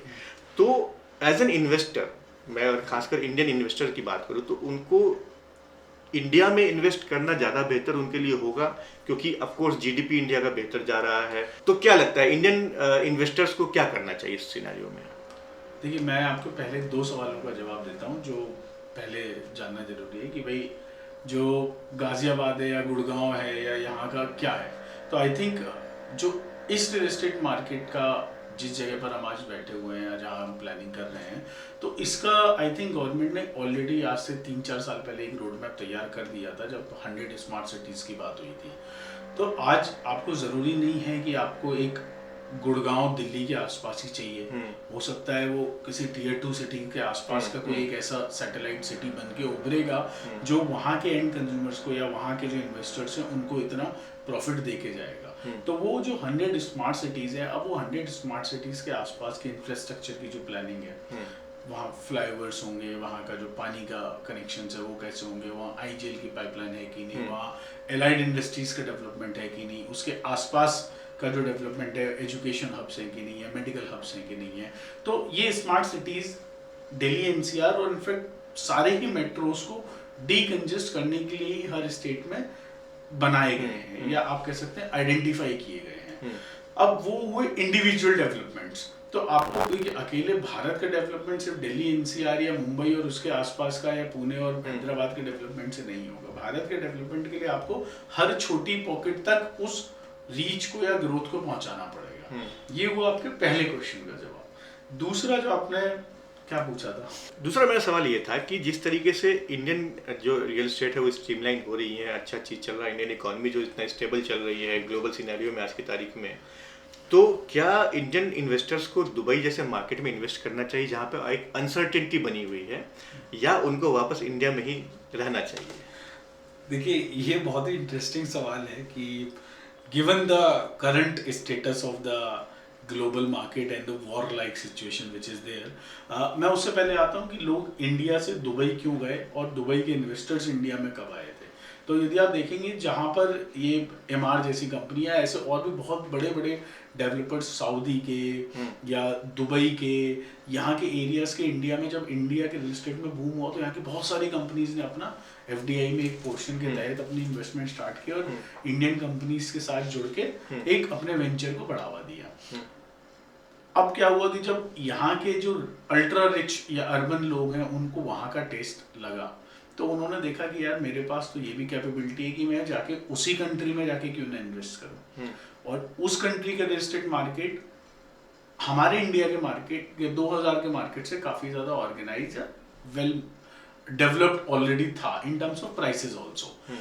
तो आज जब लोगों के पास डिस्पोजेबल इनकम थी, उनके बिजनेस थे, उन्होंने बाहर जाके इन्वेस्टमेंट करनी शुरू करी। वहाँ पर अभी आपका जो मेजर है कि भाई आपको प्रॉपर्टी परचेज करनी है तो आपको सर्विसेज भी हम आपको अपार्टमेंट के देंगे, सर्विस अपार्टमेंट वहाँ चल रहे हैं। आपको पार्किंग के लिए आप डायरेक्ट लिफ्ट से कार ही अपनी लेके जा सकते हैं 90th फ्लोर तक। तो वो सारी फैसिलिटीज वहाँ पर थी और लोगों के पास पैसा था। उनको ये था मैं आज यदि 30, 40, 50 करोड़ वहाँ इन्वेस्ट करता हूँ, कल को 100, 150, 200 करोड़ में उसको निकाल देता हूँ। तो वो जो वॉल्यूम या जो साइज था, जितने में यहाँ आप एक पूरा प्रोजेक्ट खरीद सकते हैं, वहाँ पर आप एक अपार्टमेंट बेच के उससे ज़्यादा पैसा या उससे ज़्यादा रिटर्न कमा सकते हैं। और आपकी लाइबिलिटीज़ कम है, आपको देख रेख या सिक्योरिटी के लिए एमिनिटीज़ कम लगानी है। तो यहाँ से इन्वेस्टर्स काफ़ी ज़्यादा बाहर गए। कमिंग बैक कि भाई जो आज का सिनेरियो है, क्या इन्वेस्टर्स को बाहर जाना चाहिए, तो देखिए मैं कहूँगा ये एक पर्सनल चॉइस है। बट उसमें भी जो अल्ट्रा जो ऊबर लग्जरी पीपल है, उनकी अपॉर्चुनिटीज़ कभी ख़त्म नहीं होंगी। वो आज दुबई गए थे या लंदन जा रहे हैं या यूएस जा रहे हैं, वो किसी मार्केट में लगा सकते हैं। जो हमारा फोकस एज इन इंडिया, जो ओवरऑल मेट्रो सिटीज़ के आसपास जो सब अर्बन एरियाज या Tier 2, Tier 3 सिटीज़ के जो लोग हैं, उनके लिए बेहतर है कि जो ग्रोथ अपॉर्चुनिटीज़ उन्हें यहाँ मिल सकती है वो शायद उनको बाहर के देशों में नहीं मिलेगी। या फिर हो सकता है आप अपना सब कुछ बेच के यदि वो लगा दे रहे हैं तो आप कितना फ्रीक्वेंटली वहाँ जाके उसको चेक कर सकते हैं। क्योंकि देखिए माफिया यहाँ भी है और हर जगह है। तो जहाँ पर आप ढील दे पाएंगे या आप सिक्योरिटी उतना बेटर पर्पज से उसको मॉनिटर नहीं कर पाएंगे तो आप फंसेंगे। बेटर है आप इंडिया में इन्वेस्ट करें। दूसरी बात कि जो आपने अभी करंट वॉर लाइक सिचुएशन की बात की कि सारा इंफ्रास्ट्रक्चर धरा रह गया, देखिए गल्फ कंट्रीज ना बहुत सारी चीज़ों की लिमिटेशन है। आपको एक सर्टेन पॉकेट में डेवलपमेंट देखना कि बुर्ज खलीफा और वहाँ के जो दुबई मॉल और वहाँ से आप जो एक इंस्पिरेशन या आप कह सकते हैं आपको एक ग्लोबल आउटलुक मिलता है, वो एक सर्टेन एक्सपोजर के लिए ठीक है। बट यदि आप आज की वहाँ हालत देखें तो वहाँ पानी की प्रॉब्लम है, राइट। गल्फ कंट्रीज में हमेशा से पानी का इशू था, वो सब डीसैलिनाइजेशन पे अपने आप को डिपेंड करते हैं। जो अभी करंट सिचुएशन है आप देख रहे हैं कि भाई ना वो गल्फ कंट्रीज भी कहने को 50-51 छोटे छोटे कंट्रीज हैं, बट वो आपस में उनकी नहीं बन रही है। वो एक दूसरे पर, ईरान सऊदी पे भी अटैक कर रहा है, ईरान दुबई पे भी अटैक कर रहा है। यहाँ से जो यूएस का जो बेस है वो अलग अलग अमेरिकन बेसेस उन्होंने अलग अलग कंट्रीज में बनाए हैं, जिससे वो यूज़ करके ईरान को घेरने की कोशिश कर रहे हैं। कल को यदि बाय चांस कोई भी डीसैलिनाइजेशन प्रोजेक्ट पर कुछ हमला हो गया तो कितने लोगों को कितना नुकसान होगा आप नहीं कह सकते। अभी कहने में आ रहा है कि कुछ न्यूक्लियर जो फैसिलिटीज थी जिसको यूएस ने पहुंचाया है नुकसान, बट फिर भी कहते हैं कि ईरान ऑलमोस्ट 60% उस फेज में था कि वो अपना न्यूक्लियर कैपेबिलिटी को डेवलप कर चुका था। और यदि वो 60% वो इतना है कि यदि वो कल को बाकायदा प्रोपेलर ले जाके उसको इग्नाइट नहीं कर सकता, बट वो कहीं ना कहीं यदि उन्होंने वो बाय मिसाइल्स और ड्रोन्स जो ये नहीं रोक पा रहे हैं गल्फ कंट्रीज, यदि उससे वो स्प्रेड हो गया तो वो कितना बड़ा नुकसान होगा। बहुत बड़ा अनसर्टेनिटी वहाँ बना हुआ है हर और हाँ, मैं तो आपसे आपका भी लुक मतलब ओवरव्यू जानना चाहूँगा। आप इतना मतलब ग्लोबल, आपको क्या आपको लग रहा है गल्फ कंट्रीज में? मुझे तो ये जानना ज़्यादा इंटरेस्टिंग लग रहा है, क्योंकि रियल एस्टेट इन्वेस्टमेंट तो मेरे ख्याल में अभी देखिए बेस्ट है कि आप इंडिया से बाहर ना जाए from real estate investment point. नहीं, इनफैक्ट मैं भी यही सोच रहा था, क्योंकि क्या है कि जिस तरीके से अनसर्टिनिटी अभी बनी हुई है ग्लोबल मार्केट में, खासकर दुबई और गल्फ कंट्रीज को लेकर, ईरान अभी मैं कहूँगा कि वो एक इंजॉय कर रहा है इस लड़ाई को। इजराइल हमेशा डू और डाई वाली सिचुएशन में था, करो या मरो, क्योंकि जब तक ईरान एग्जिस्ट करता है तब तक दुबई इजराइल के ऊपर हमेशा खतरा बना रहेगा, क्योंकि ईरान की जो इस्लामिक रिजीम थी 1979 का जो रिवॉल्यूशन था, उसका बेसिक डॉक्ट्रिन ही यही था कि यहूदियों को जीने का अधिकार नहीं है। तो उनके तो उसमें लिखा हुआ है वो, तो जब तक ईरान जिंदा है वो यहूदियों पर अटैक करता रहेगा। इसी कारण से आप देखेंगे तो ईरान ने 3H फॉर्म किए हुए हैं। पहला है हिजबुल्ला, जो कि लेबनान से काम करता है। दूसरा है हमास, जो कि गाजा और पैलेस्टीन के से काम करता है। तीसरा है हूती, जो कि यमन से काम करता है। और आप इनकी प्लानिंग मैंने क्यों कहा कि ईरान एंजॉय कर रहा है इस लड़ाई को, कि वो इस दिन का इंतजार पिछले 40 साल से कर रहा है। वो 40 साल से इसकी तैयारी करके बैठा हुआ है। उसने इकोसिस्टम बना रखे अपने, उसने अपनी हथियार बना रखे हैं, उसने अपने असला बारूद बना रखे हैं, उसने अपने बेसिस बना रखे हैं जगह जगह पे। और यही नहीं, उसने हर एक फ्रंट को कैसे काउंटर करना है इसका इकोसिस्टम बना रखा है उसने। जो हौतीज हैं वो आपके इराक और सऊदी को काउंटर कर सकते हैं। जो हिजबुल्ला हैं वो आपको जो इजराइल के जो है चीज़ें उसको काउंटर करने के लिए काम आता है। और जो हमास है ये टाइम टू टाइम आपको जहाँ भी ज़रूरत पड़ेगी उसको मोबिलाइज करने का काम आता है। तो आप देखेंगे तो कतर हो या सऊदी हो, बहरीन हो, इराक हो, कुवैत हो, ये सारे कंट्रीज जहाँ जहाँ भी जो प्रो अमेरिका है, इन सब को कहीं ना कहीं टेम करके कंट्रोल करके रखने का ईरान के पास मादा है। और कहने को तो लड़ाई इजराइल की है, कहने को तो लड़ाई यूएस की है ईरान से, तो फिर बेचारे सऊदी और ये दुबई क्यों बम खा रहे हैं? वो इसलिए बम खा रहे हैं कि ईरान इंश्योर करना चाहता है, पूरे गल्फ में ये मैसेज देना चाहता है कि आप जब तक अमेरिका के ऊपर डिपेंडेंट रहेंगे आप वल्नरेबल हैं, आपको कोई भी ठोक के जा सकता है। इसीलिए अपनी ऑटोनॉमी खुद बनाइए, अपनी आइडेंटिटी खुद बनाइए, किसी बाहर वाले के ऊपर डिपेंडेंट नहीं रहिए। ये मैसेज वो देना चाहता है और वो बाकायदा दिए जा रहा है। तो इसलिए ईरान एंजॉय कर रहा है इस चीज़ को, और जब तक ईरान एंजॉय करने के पोजीशन में है तब तक ये अनसर्टेनिटी बनी रहेगी यहाँ पे। तो ये बड़ा ही एक पेचीदा सा सिचुएशन बना हुआ है वहाँ पे दुबई के अंदर, इनफैक्ट गल्फ के अंदर। मुझे तो कई बार लगता है कि ये डोनाल्ड ट्रंप के गले की हड्डी बन गई है इस वॉर में कूदना, कि जिसको अपना उन्होंने इतना अंदाजा नहीं लगाया था कि ईरान इतना दिन झेल जाएगा। उनको लगा था मैं आज करूँगा 3 दिन में ईरान साफ, उसके बाद मैं बाकायदा विक्ट्री एंजॉय करूँगा और अपना आराम से मिड टर्म इलेक्शन में फिर हीरो बन जाऊँगा। ये देखिए, एक्चुअली अमेरिका के अंदर जो चीज़ें होती हैं हम उसको आज और कल और परसों में जोड़ते हैं, लेकिन अमेरिका के अंदर जो चीज़ें हो रही हैं आप उसको आज से 50 साल बाद के इंसिडेंट से जोड़िए, या आज जो चीज़ें हो रही हैं तो 50 साल पहले अमेरिका ने क्या किया था उस इंसिडेंट से आप जोड़िए। ये लड़ाई 3 लोगों की है। ईरान के बारे में मैंने आपको बता दिया क्यों, क्योंकि वो 40 साल से तैयारी कर रहा है। इजराइल क्यों, क्योंकि उसके अस्तित्व का सवाल है, वो अगर ईरान को ख़त्म नहीं करेगा तो खुद ख़त्म हो जाएगा। अमेरिका क्यों कूद गया इस लड़ाई में? अमेरिका को क्या मिल रहा है भाई? बेगानी शादी में अब्दुल्ला दीवाना क्यों बने हुए हो आप? वो तो हमेशा ही नहीं, यहाँ पे जो मेरा अनुमान है वो ये कहता है कि अमेरिका जो अभी, जैसे अगर हम पिछले 6-8 महीने के इंसिडेंसेस को खंगालें तो हमें समझ में ये आता है कि किस तरीके से एक तो ट्रेड डील्स के ऊपर प्रेशराइज किया गया पूरे ग्लोबल को, पूरी दुनिया में अलग अलग देशों को। किस तरीके से जो डोनाल्ड ट्रंप के जो सेकंड रिजीम आते आते उन्होंने सबसे पहले क्या कर दिया, अमेरिका फर्स्ट, हम सब चीज़ यहाँ बनाएंगे। इसके लिए आपको मिनरल्स, क्योंकि आज तक अमेरिका इंपोर्ट करता आ रहा है, डिफेंस के अलावा कुछ नहीं बनाता है वो। बट अब वो कह रहे हैं made in India, made in America हो गए सारी चीज़ें। कहीं ना कहीं हो सकता है मेड इन इंडिया से इंस्पायर हो गए होंगे वो। मोदी से काफ़ी अच्छी दोस्ती रही थी उनकी, तो मोदी साहब ने एक गुट्टी पिलाई होगी उनको कि भाई अपने घर बनाओ। तो उनको चाहिए कुछ ऐसे कंपनीज, कुछ ऐसे मिनरल्स, कुछ ऐसे लोग, ऐसे सप्लायर्स जो वहाँ के इकोसिस्टम को मजबूत कर सके और उसके अस्तित्व को, उसके जो सुप्रीमेसी है उसको चाइना बहुत हद तक काउंटर करता है, आंखें दिखाता है उसको। तो मेरे हिसाब से हमने इजराइल का हित देखा, हमने ईरान का हित देखा, अमेरिका का हित यहाँ पे चाइना है। वो वाया इस लड़ाई चाइना को टेम करना चाहता है, क्योंकि आप अगर पीछे पन्ने को खंगालेंगे, 2 हफ्ते 3 हफ्ते पहले की न्यूज़ को खंगालेंगे या 1 महीने पहले की न्यूज़ को खंगालेंगे, तो आप देखेंगे अमेरिका और चाइना के बीच में ट्रेड डील की बात चल रही थी। चाइना ने रेयर अर्थ देना सप्लाई करना बंद कर दिया था। अमेरिका ने कहा था कि भाई जितने भी आपके सप्लाई से हम बंद कर देंगे अमेरिका में। चाइना ने कहा कोई बात नहीं, हम तुम्हारी इकोनॉमी को तोड़ देंगे, हम वही माल सस्ते में हम पाकिस्तान को बेचना शुरू कर देंगे। तो ये दोनों में आपस में लड़ाई हुई थी, लेकिन बैकडोर से अब ये समझ में आ रही चीज़ है कि चाइना प्रेशर में है, क्योंकि ये लड़ाई जहाँ ईरान की है, ईरान फ्रंट में है, कहीं ना कहीं बैक में आपको चाइना दिखेगा उसमें। तो अगर आगे के दरवाजे पे नॉक हो रहा है तो पीछे वाले दरवाजे पे भी पैनिक तो होगा ना। तो कहीं ना कहीं पैनिक है वहाँ पे, और अमेरिका चाहता है कि जितना लंबा लड़ाई चले उतना ज़्यादा चाइना के ऊपर प्रेशर बनता जाएगा और चाइना झुकेगा और वो डील करेगा अमेरिका से, अमेरिका के शर्तों पर।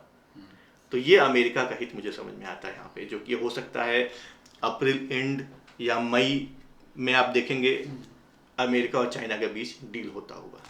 तो ये मुझे लगता है ये सब सारी कहानी इसके अंदर। बट ऑफ कोर्स काफ़ी अनसर्टेनिटी भरा हुआ है और कुछ नहीं कह सकते इसके अंदर क्या हो सकता है क्या नहीं।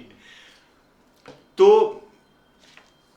आज जो हमने बातें की बड़ा ही इंटरेस्टिंग था मेरे हिसाब से। दर्शकों को बहुत अच्छी चीज़ें इसमें से नॉलेज मिलेगी, किस तरीके से रिलेशनशिप बना, और जो जर्नी आपने समझाई काफ़ी क्रिस्टल क्लियर कर दिया आपने कि किस तरीके से आज जो मार्केट है वो है। तो किसी भी मार्केट के आगे की ग्रोथ को या पोटेंशियल को समझने के लिए हमें आई थिंक उसके पुराना पीछे का बेस देखें। तो आई थिंक जो दिल्ली एनसीआर का जो हिस्ट्री रही है, इसको बताने का मकसद यही था दर्शकों को, ताकि जो हमारे दर्शक जो टियर 2 टियर 3 या छोटे मेट्रो शहरों से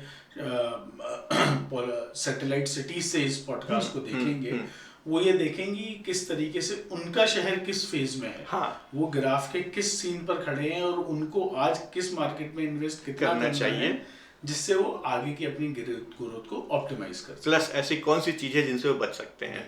इनफैक्ट हम अपने दर्शकों को बता दें कि हमने आप हमारे उस एपिसोड को भी रेफर कर सकते हैं जहाँ पे हमने 10 ऐसे मिस्टेक्स के बारे में बात की है जो बायर्स अक्सर कर जाते हैं और बाद में पछताते हैं। तो बहुत बहुत धन्यवाद दितेश साहब का, आपने बड़े अच्छे समझे तरीके से समझाया है। मैंने भी थोड़ी बहुत कोशिश की है आपको ईरान और ये जो गल्फ की जो चीज़ें चल रही है उसको समझाने के लिए। बट बहुत बहुत धन्यवाद आपका। दर्शकों आपका भी बहुत बहुत धन्यवाद। आप हमेशा इस तरह से हमारे साथ जुड़े रहिए, हमारे चैनल को लाइक कीजिए, सब्सक्राइब कीजिए और हमें कमेंट करके बताइए कि क्या आपको हमारी बातें काम की लग रही हैं, और अगर लग रही हैं तो और ऐसी कौन सी चीज़ें हैं जो आप हमसे सुनना चाहते हैं। हमारे साथ जुड़े रहने के लिए बहुत बहुत